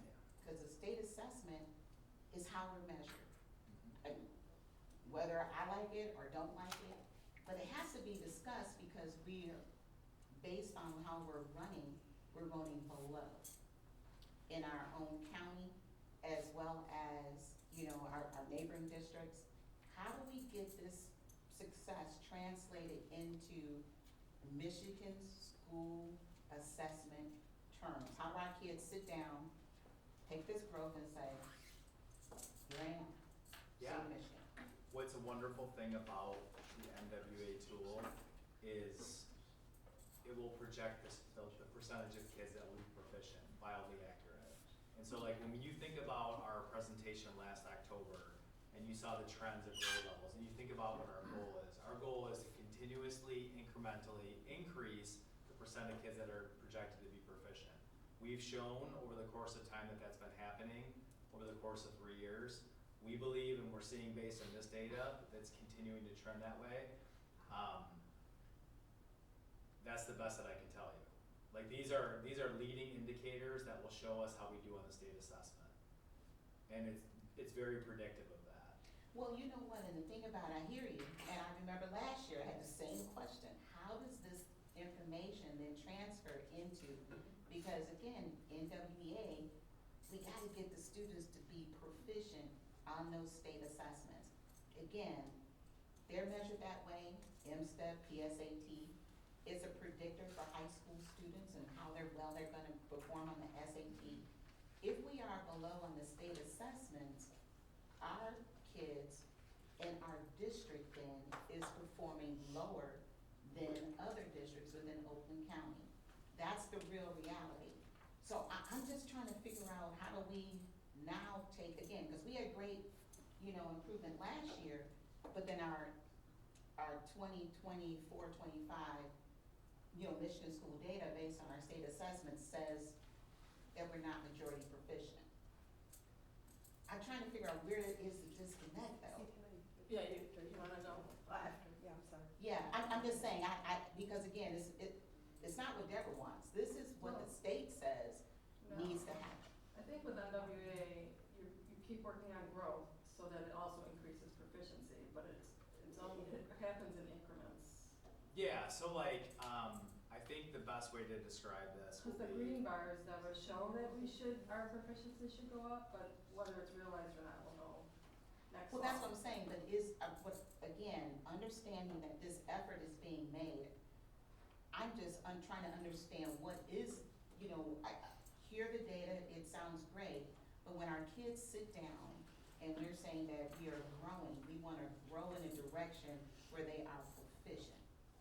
Yeah. So, yeah. I mean, that's just plain and simple, it's not Of course. because, No, that's it's- education. Yeah, that sounds. but we're not. Well, So in wait, yeah. 24 and 25, you know, Why in are we MSTEP not? and Can I- PSAT, we're not proficient. What? So basically, there's a great article in the Oakland County Times I would suggest to read. For example, like the top district in all of Oakland County's third grade readings proficiency level is 67.9%. So there's the state average in Michigan is 38.9%, which tells us there's a fundamental issue with how schools are funded, and there's a fundamental issue with the test. I mean, there's two issues. We're above state average, obviously. Our last test was at 48.7%, which, again, I don't like to compare districts, but, I mean, if you look at that article, it will show us in third grade reading ahead of Farmington, ahead of Walled Lake, right? And again, it's not a comparison. We educate students where they are at, and every child is different, and we meet them where they're at, and our job is to make sure they grow. So over the past 3 years in this district, proficiency has went up. We can't make up the entire difference in 1 year. Third grade, I have the data, third grade reading has went up year after year. Now, is it as fast as we'd like? Of course not, but the third graders I get this year are different than the third graders I get next year. It's not apples to apples. So based on the data that we're showing, we're making great gains in terms of, in a time where third grade reading in Michigan as a whole decreased over the past 3 years, we have disrupted that trajectory. And so this staff is working really hard, but it can't happen overnight. It's gonna take a lot of time and a lot of effort, but the data is moving. And again, I say that because there's districts that have 11% proficiency. there's other factors that go into that. They are still great community schools that serve their community and their students, and they're working hard. These are educators going in and day out. Our job is to make sure there's growth, which we have demonstrated that over the past 3 years at the secondary level as well as the elementary level. So I am fully confident that it will materialize from NWA using a benchmark assessment that gives us real-time data. So as Scott said, as like a perfect coach, this is halftime. And him and his team and our teaching PLC leaders and our building leadership teams and the teachers who are, well, that's who makes up the PLCs and the BLTs, not a sandwich. They're the ones who are making up those things to say, okay, what adjustments, what do we need to do as we head into spring testing? So I would just Google Oakland County MSTEP. It's really a good article that gives a lot of perspective that, no, it's not, this is not our finish line. There will never be a finish line. Every year we're gonna come in here and tell you we wanna do better. And I know that Scott, again, has that same mentality, but you're gonna see a lot of variation in terms of it. But we're probably on the top half of Oakland County for 3rd grade reading, which is kind of that's the most important year in terms of testing. So I am looking at 3rd grade, and I know they've always said that's instead of learning to read, you're reading to learn. Yeah. And that is the lowest growth and proficiency. So that could be, is that the switch from learning to read to reading to learn? It's significantly tougher. Okay. You'll notice a shift from K2 to 3-5 NWA. In K2, a lot of the test is read to students. Mhm. In 3-5, none of it's read to them. So you'll see that right away from 2nd to 3rd, those percentages will go down, like as you can see right here. That's Yeah, one. that's what I'm looking at. And it's the first year where kids are ever assessed from a state assessment point, and it smacks them in the face, for lack of a better term, right? There's comprehensive writing on that. There's very rigorous reading and the ability to dissect a text and answer really tough multiple choice questions. And vocabulary. Yeah. Yeah. And then, I mean, what's fascinating to me is, as Danya mentioned, over the course of 3 years, our percentages of proficiency levels have continued to increase, not just here on NWA, but on the state assessment. And we have Bloomfield Hills coming to us to see how we're using Yale education. And we have Clarkston coming to us to see how we're using Yale education, which is really exciting. They wanna learn from us. Sorry. I'm kidding, I'm joking. Wait, are we I going just this have, way around? Go ahead. Okay. First of all, it's literally impossible to criticize these results. It's just amazing, and everyone, all the teachers, yourself, and the leadership should be commended. My question is, how does our data compare with our immediate neighboring districts, instead of comparing us to the outlying state? I don't have all that data with you, but like as Danya said, I think there was a time 4 years ago where Farmington was blowing us out of the water, and that's not the case anymore.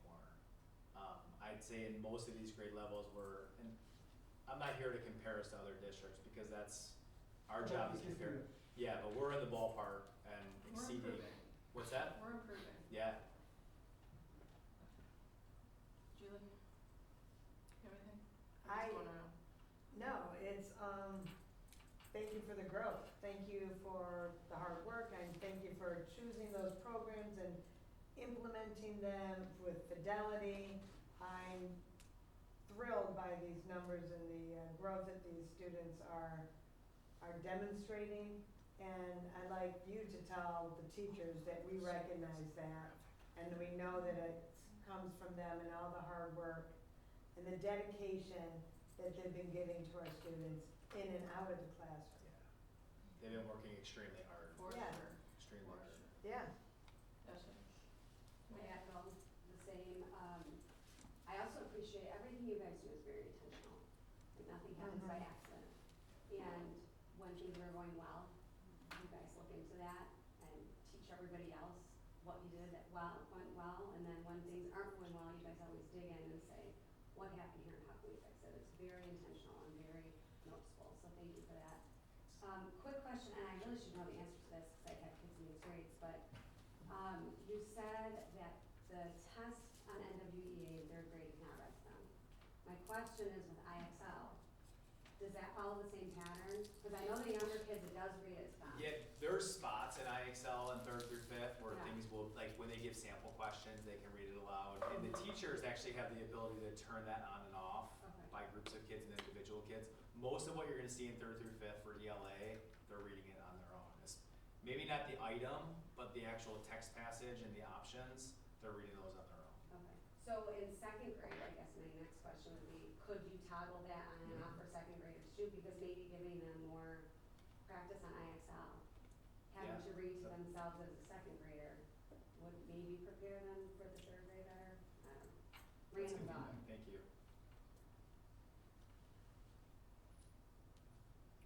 You know anything else? Okay. So one, I'm thrilled, and I'm glad to see some progress, you know, we're continuing to make progress because that's the goal every single year. But I'm really thrilled with, the letters training for secondary, I forgot what you called it. Aspire. Aspire. Yeah. I'm really excited about that because I know that teachers want to help kids that are struggling to read, and those skills that are taught in those classes, it's just gonna make the teachers feel so much more prepared to actually improve, these kids' lives by reading better, you know, I'm just thrilled about that. The other thing, and we've talked about this before with IXL data, which it sounds like you're really doing a deeper dive on that. I would love to see like the kids that actually use it and the parents that have them use it as homework, how that is translating also over to the classroom. Not that I'm giving you an assignment and I need to report on it, but I've always wondered that, like, do parents know how much, if it really can benefit their student and get them over those humps? Are they concentrating on that? Because that's where it's partnerships between what's going on at home with their parents and what's going on in the classroom. And if the more we can instruct that, if it actually does improve, growth and comprehension and all of that, then I think that would maybe, I don't know, have to make sure that parents understand that. And then, obviously the fidelity checks, I mean, our teachers are working so hard and now they're getting, I mean, the number one impact on student achievement is the teacher in the classroom. You can have whatever resources you want. If you don't have that teacher that is dedicated, like our teachers are, we would not be seeing this growth. So, yes, EL, we really needed a change, and I'm so proud of the district and what they've done in a short period of time. But it's the teachers and the support for teachers that they own this, and that is remarkable, and your team is helping them to realize that. So please extend that All set. from the board. Yes. Okay. I think that was all I had. I have one last time. Go ahead. And Scott, thank you again, I can't say enough, thank you for the improvement. And again, Tanya, I would like to see you mention again about the state assessments. Again, it is the standard of measure for our educational systems in Michigan. There's no getting around that, there's no sideswiping that, not that I'm suggesting that we are, Right. but it is the standard of measure.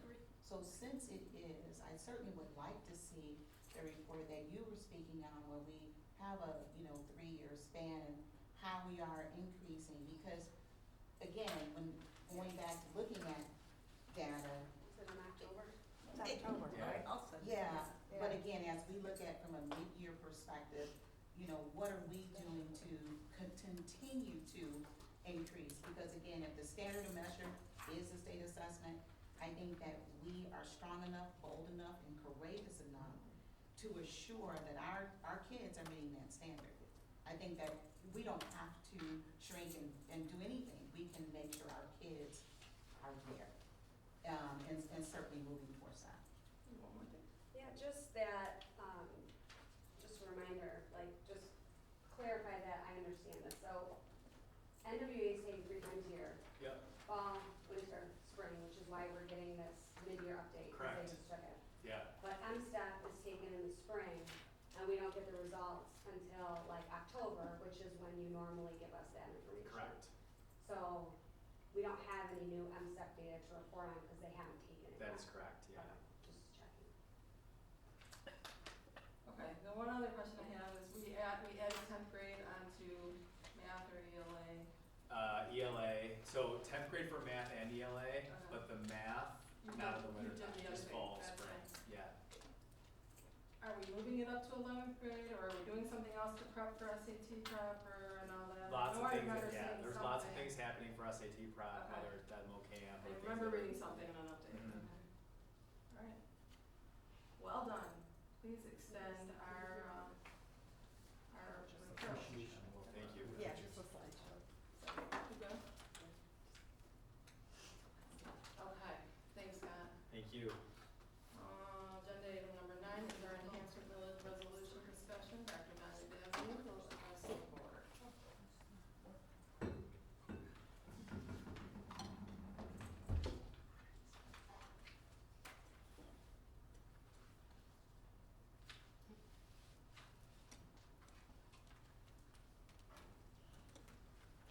Thank you so much.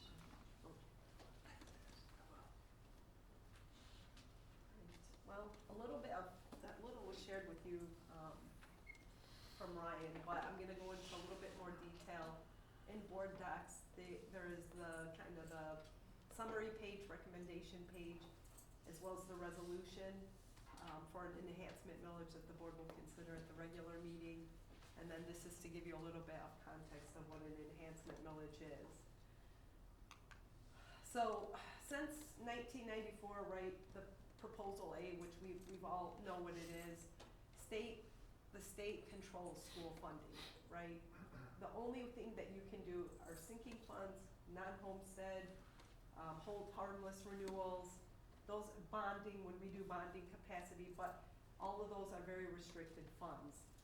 There's one exception to that rule, and that's an enhancement millage. And basically, an enhancement millage has to be put on the ballot on a county-wide basis. So this would be put on by Oakland County, and then individual school districts are obviously a part of it. If it passes or fails, it's based on county-wide numbers. So it's not, if it passes in your community, you get the enhancement. It's all for one and one for all in that basis. Basically, if this does pass, the ISD Oakland Schools collects those funds and then disperses it to local school districts, including PSAs, public school academies.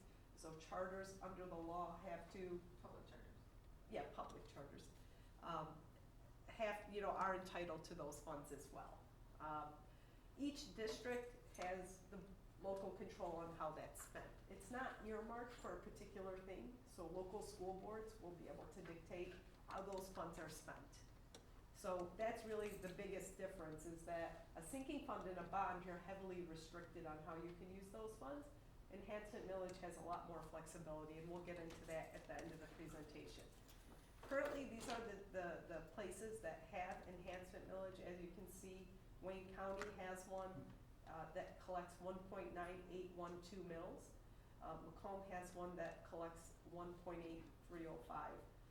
Because of the proximity, obviously, there's big impact to Oakland County school districts based on that. And then it shares some other things. Kent recently passed one, Kent County, which includes Grand Rapids Public Schools, and you can see that. A board delay? Okay. I'll go fast. All right, so basically this proposal that's being proposed to be put on the ballot August 4th of 2026 would be a 1.5 mil over 6 years, and it would generate approximately $781 per pupil. That's an average over the 6 years. So as you can see, that's a lot of money. That's a lot of money. Yeah, that would equate to West Bloomfield to about $3.2 million a year. Kind of like our sinking fund dollar. Very, very close to it, yeah. And if this was successful, there'd be a special collection that would be done in December of 2026. Typically, though, it would be a summer tax collection. So it would just be 1 year as a December collection? Yeah, just that 1 year, correct, because the ballot measures in August, yeah. So basically, this has been discussed obviously at a county level with the superintendents as well as the Oakland ISD superintendent. It's been discussed for years because Wayne County has renewed theirs, I think, twice since their original passage. So this is not this discussion isn't new to Oakland County, it's just a matter of when. We discussed this like 15 years ago, Yeah, maybe it's, more, maybe 20. And right before COVID too. Yeah, so, so it's been, yeah, this is exactly. Basically, to get on the ballot, 50% of the student population plus one student has to be, districts have to approve it. So it's not 15 out of 28 districts. So if you're larger, it's based on per pupil numbers. Let it go. That's a first, no, I'm kidding. That song. No, you're fine. So, you know, basically, local boards, this is being presented to local boards during February and the beginning of March. So a number of districts are taking this to their board. Ultimately, Oakland Schools Board will have to vote on this after all the districts after they see if there's the 50%, which, you know, we're hopeful that there is. Then Oakland Schools takes that to their board and has to file all the paperwork, because again, they're putting it on the ballot on behalf of the local school district. So Oakland County will be taking care of that piece of it. So that's just for your reading. In between now and then, kind of a case study on enhancement millage, shares some really good information that I would recommend a read. So again, it would generate about $4,686 per pupil over 6 years. Again, the taxable value, obviously that varies quite a bit in Oakland County, so you know, when we get into more of an informational push, if the board does approve this at the next meeting, things will be tailored to our particular school district. And that shows you year 1, it would be $728 per pupil, year 2, year 3, and so on and so forth. That average is where we get the 781 number amongst those 6 years. Is that because of declining enrollment goes up, or just property values? Property values, Okay. it's based on taxable value for that particular, you know, each particular community. So if enrollment goes down, though, do they still divvy it out Yeah. 100%? It goes by person. It goes per pupil, So yeah. however much they get, Yeah. divided by how many kids, out it goes? Yes. No hanging on to it No, Oakland Schools gets nothing. like the state does? They get nothing in this. They don't get $1. And They're the it's best. the you have to put it as a county level initiative, but they don't receive any enhancement village funds. It's not like the special ed No. village where they hold it and then they give it No, out. there's It's not yeah. like So that. they're just a Just pass curious. through? It's a pass-through, yeah. So basically, you can use this money in a lot of different ways, right? You can reduce class sizes, you can enhance student wellness, you can increase salaries, you can improve safety and security. Again, there's a lot of different things. It can be for specialized programming within the district. It can be to stabilize your budget and general fund. There's a lot of, you know, different ways. The great thing is it's based on, the funding will be used based on our strategic plan and what we think are the top priorities for our particular district. Remember this slide? This is what they give us on the Plant Moran slide that basically, you know, shares that inflation and basically what our per pupil funding should be. So I can't see that far, but basically right now we're close to about 10,800 per pupil. And really, if they actually kept up with the rate of inflation, our funding should be at $13,491. So I understand the argument that costs are outpacing funding. If you look at our percent increase in revenue from last year to this year, it's around 2%. There's no way that our costs are only gonna increase by 2%. It's just, so this is districts in Wayne and Macomb and other counties taking things Amber, can you come check your thing? I don't know if it's that's making this Something's noise. getting. No, I think Oh, it's it's the that. heating. It's the Oh, heating. it's the not- heating. Yeah, it's not her thing, yeah. Is it? Okay, Yeah, I'm forget sure. it. I'm sorry, I didn't know if it was buzzing or something. I mean, So Okay. basically, you know, the funding at the state level has to be corrected. They have to stop taking money from K-12 education and putting it into higher education. Things that we love, that are good, right? Preschool and free meals, those are fantastic, and we want those things, but they're taking those funds out of the K-12 funding, okay? So we can't fund new programs with existing educational funding. It's just, schools will not be able to keep up over the long term. But at the same time, I have people's children today, and so our job is to advocate for them today and hope that things are addressed in Lansing in the future. That is real. That's from our financial advisors. That gap is real, and I think we feel it as we have budget discussions. We have these conversations, and so this is a funding source that we'd like to pursue. Again, teachers, principals, school board members, superintendents, we are being required to meet the individual needs of students. We are looking now, we are responsible for social, emotional, mental health, academics, medical needs, and there's rising costs. And yep, there's rising costs for goods and services. So this is the reality.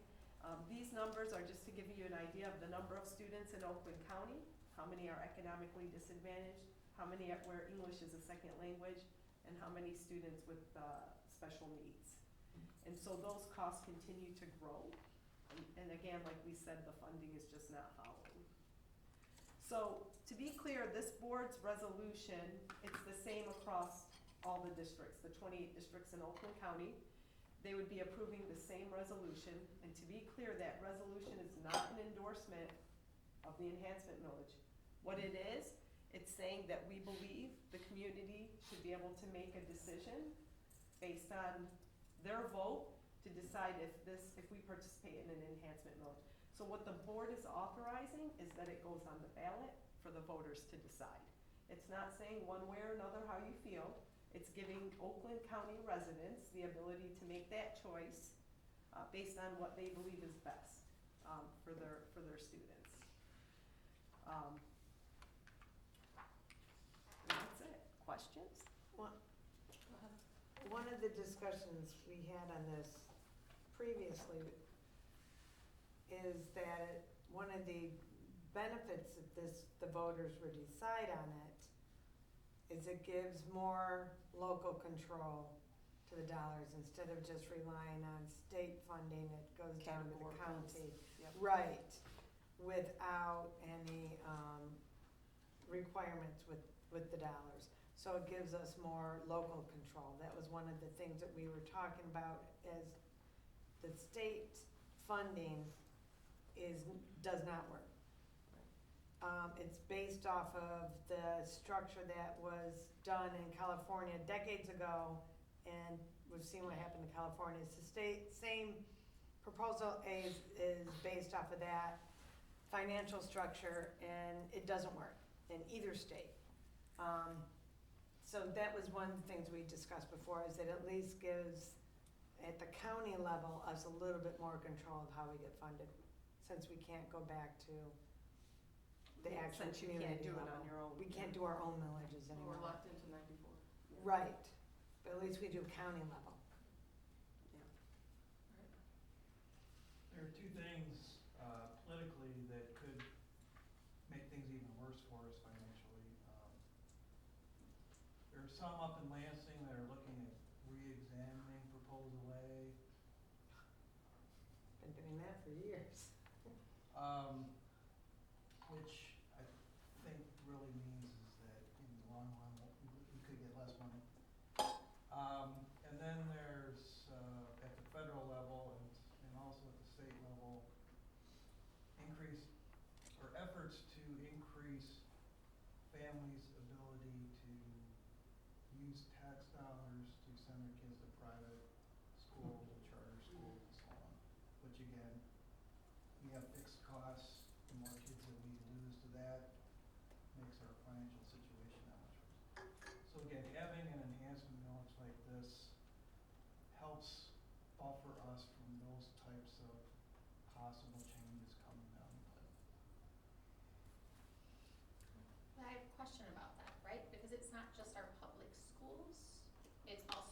charter schools.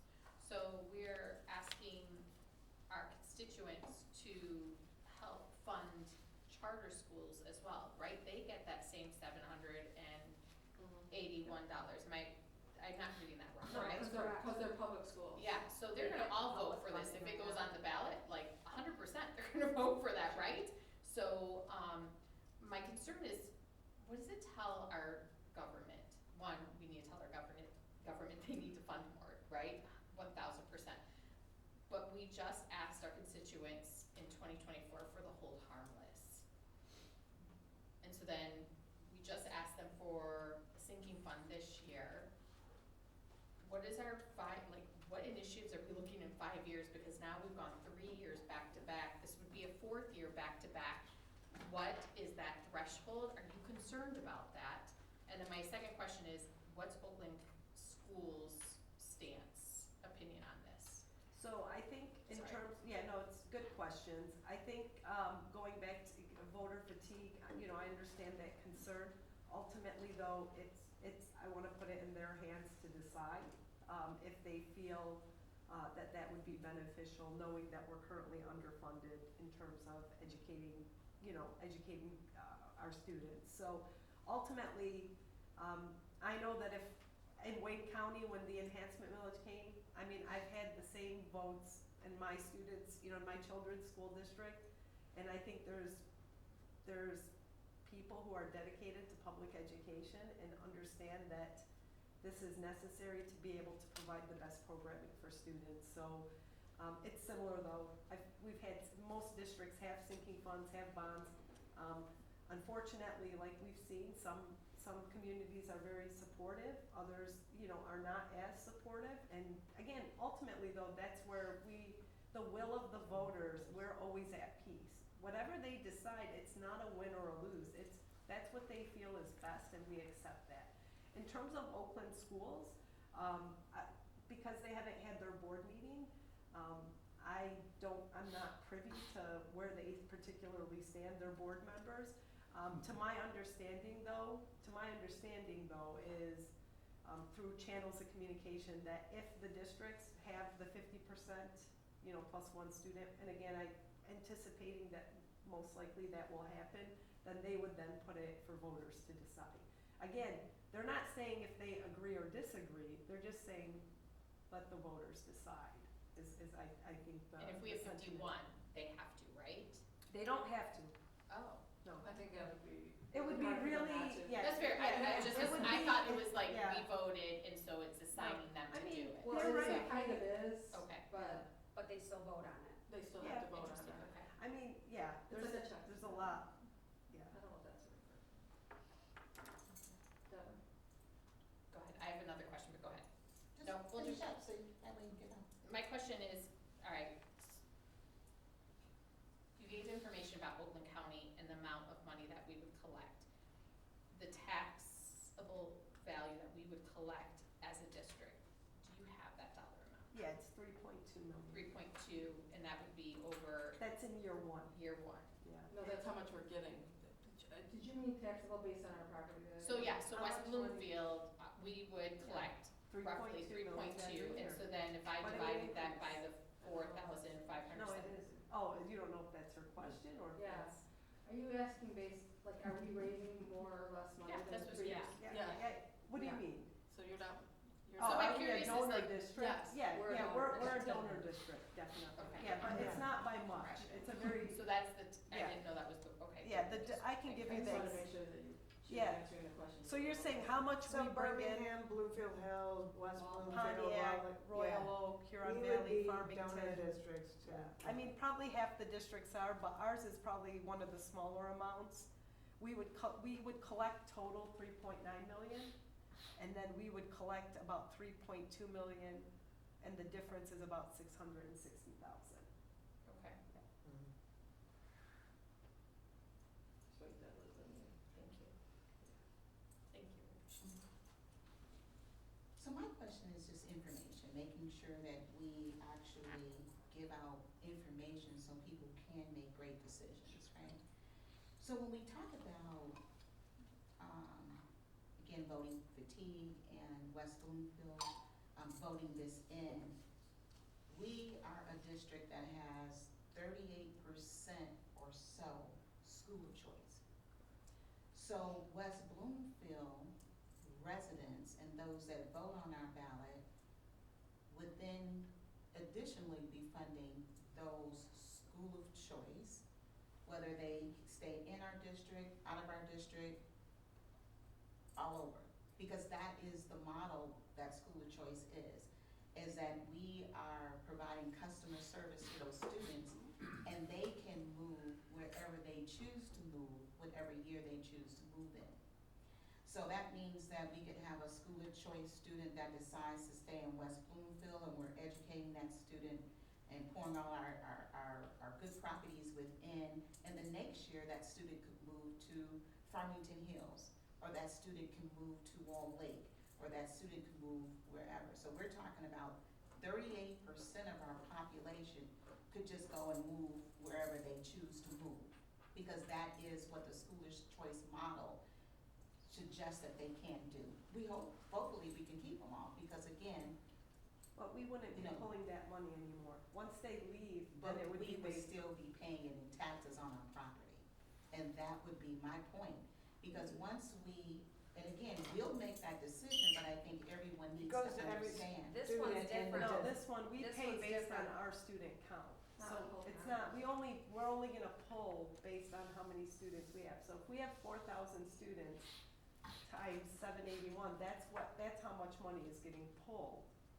It's not, then the other money's gonna get pulled from the other communities. So if But- that school of choice student went, that'd be one less student that we're being pulled That from. we're collecting. But Yeah. I think I hear what you're saying. Mhm. So with the hold harmless, Which we are. taxpayers do Yeah, pay a little bit extra for the school of choice, from my Yes, understanding. because it's by student. Because it's by student. Mhm. But this enhancement millage would not be that way because it's all of Oakland County and all of our school of choice kids are Oakland County. And so are So they would all be paying this millage no matter where they No live. matter where they sit.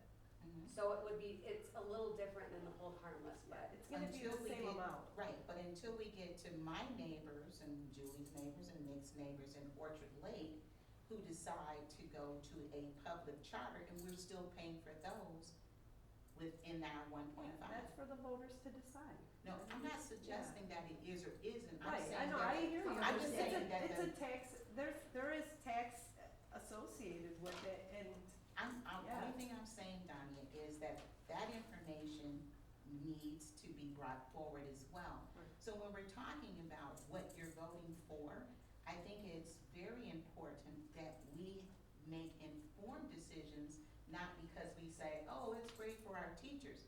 What does it do? Because again, I always tell everybody, I'm in my house until I die. I love it. I just am. I mean, you know, I've done More great fun. improvements. I'm gonna be there, right? We're gonna be there. Wheel me out. So what that means is that, again, as a homeowner in this district, I want to understand very clearly on what I'm voting for. So while the school of choice may go and then they still have to pay, but also this goes to private schools. not private, public charters, Public which, charters, yeah, which operate aren't- like a public school. I know, they're not our schools. Well, So they're for instance. considered public schools in Michigan. Yeah, so if my neighbor then decides to send their kid to a charter school, then my money is not going towards, you know, that kid within this district, it's going to the charter school. I mean, my efforts in an informational campaign will be to provide of what we will be able to utilize those funds for. For example, we're building a STEAM space at the high school. It's to provide support for future STEM and robotics programs that will live out of there. It will be to support teacher retention and staff retention through offering competitive salaries. Like, to me, the focus is gonna be on how does this benefit our students in the district? And, you know, what is ultimately what people wanna know is what is the financial impact of a decision like that? The communications, the information campaign, districts are teaming up with their communications, people in each district to work together on that. And we'll, you know, Andrea's here and is hearing this. And, you know, when, a county level website is developed with an FAQ. Those types of things will be addressed. Right, and the only thing I'm saying is that while we are here to, to talk about one side, I think it's always, very informational to present a balanced approach and then decide whether or not you wanna get on board. Hey, you know what, here's all the information, now make a decision, versus, hey, this is all the information, and I don't have a balanced approach because I want you to go this way. So I think that it's important for, for the voters to understand in this community, again, all the stuff we got going on. So again, when we look at hold harmless, we're one of 7 districts within Oakland County that has a hold harmless, right? Well, So yeah, is there's it more. 7 or- It's yeah. 1, 2, 3, 4, 5, 6, 7, 8, 9, 10, 11, 12. Yeah, so we've got 12 out of what, 27 12 out or of something? 28, Yeah, 28? We're on the very low end of Old Yeah. Harvest though. I Yeah. mean, Next to us is, Aren't we number 6 or something now? no, like, No. the one next to us raises What over was- 3,000 a student. Yeah. Yeah. So I'm just saying, Not though, side it's number, just good to six know, more. to me, to have a balanced approach, so we all understand, so then we can make an informed decision. So it's not, just tell both sides, and then we can make a decision. Well, it's the one side, it's the side for, the same way we share information about a sinking fund or a bond. And I understand everyone has to make a personal decision at the ballot box, we respect that. But we do feel strongly as a superintendent group that the voters should decide it. Usually though, like as this, if it rolls out, when questions come up, they add that question to Yeah. an FAQ, because it becomes a reoccurring usually comment Yeah. or question. And that's how FAQs are usually developed. Yeah, and things that were mentioned are obviously gonna be included. Yeah. Those are gonna be, really important to getting that information out, so agreed. Did you have any? Yeah, so my take on this, and correct me if I'm wrong, is this is giving our residents, our taxpayers, the chance to supplement the state not funding us or keeping up with the cost of living, inflation, and increases in costs. And our residents still want, if they vote for this, they still want good schools for all the kids. Is that correct? That's 100% Okay, correct. that's all I want to know. Anybody else? Okay, then we will close out agenda item number 10 is our closed session for the superintendent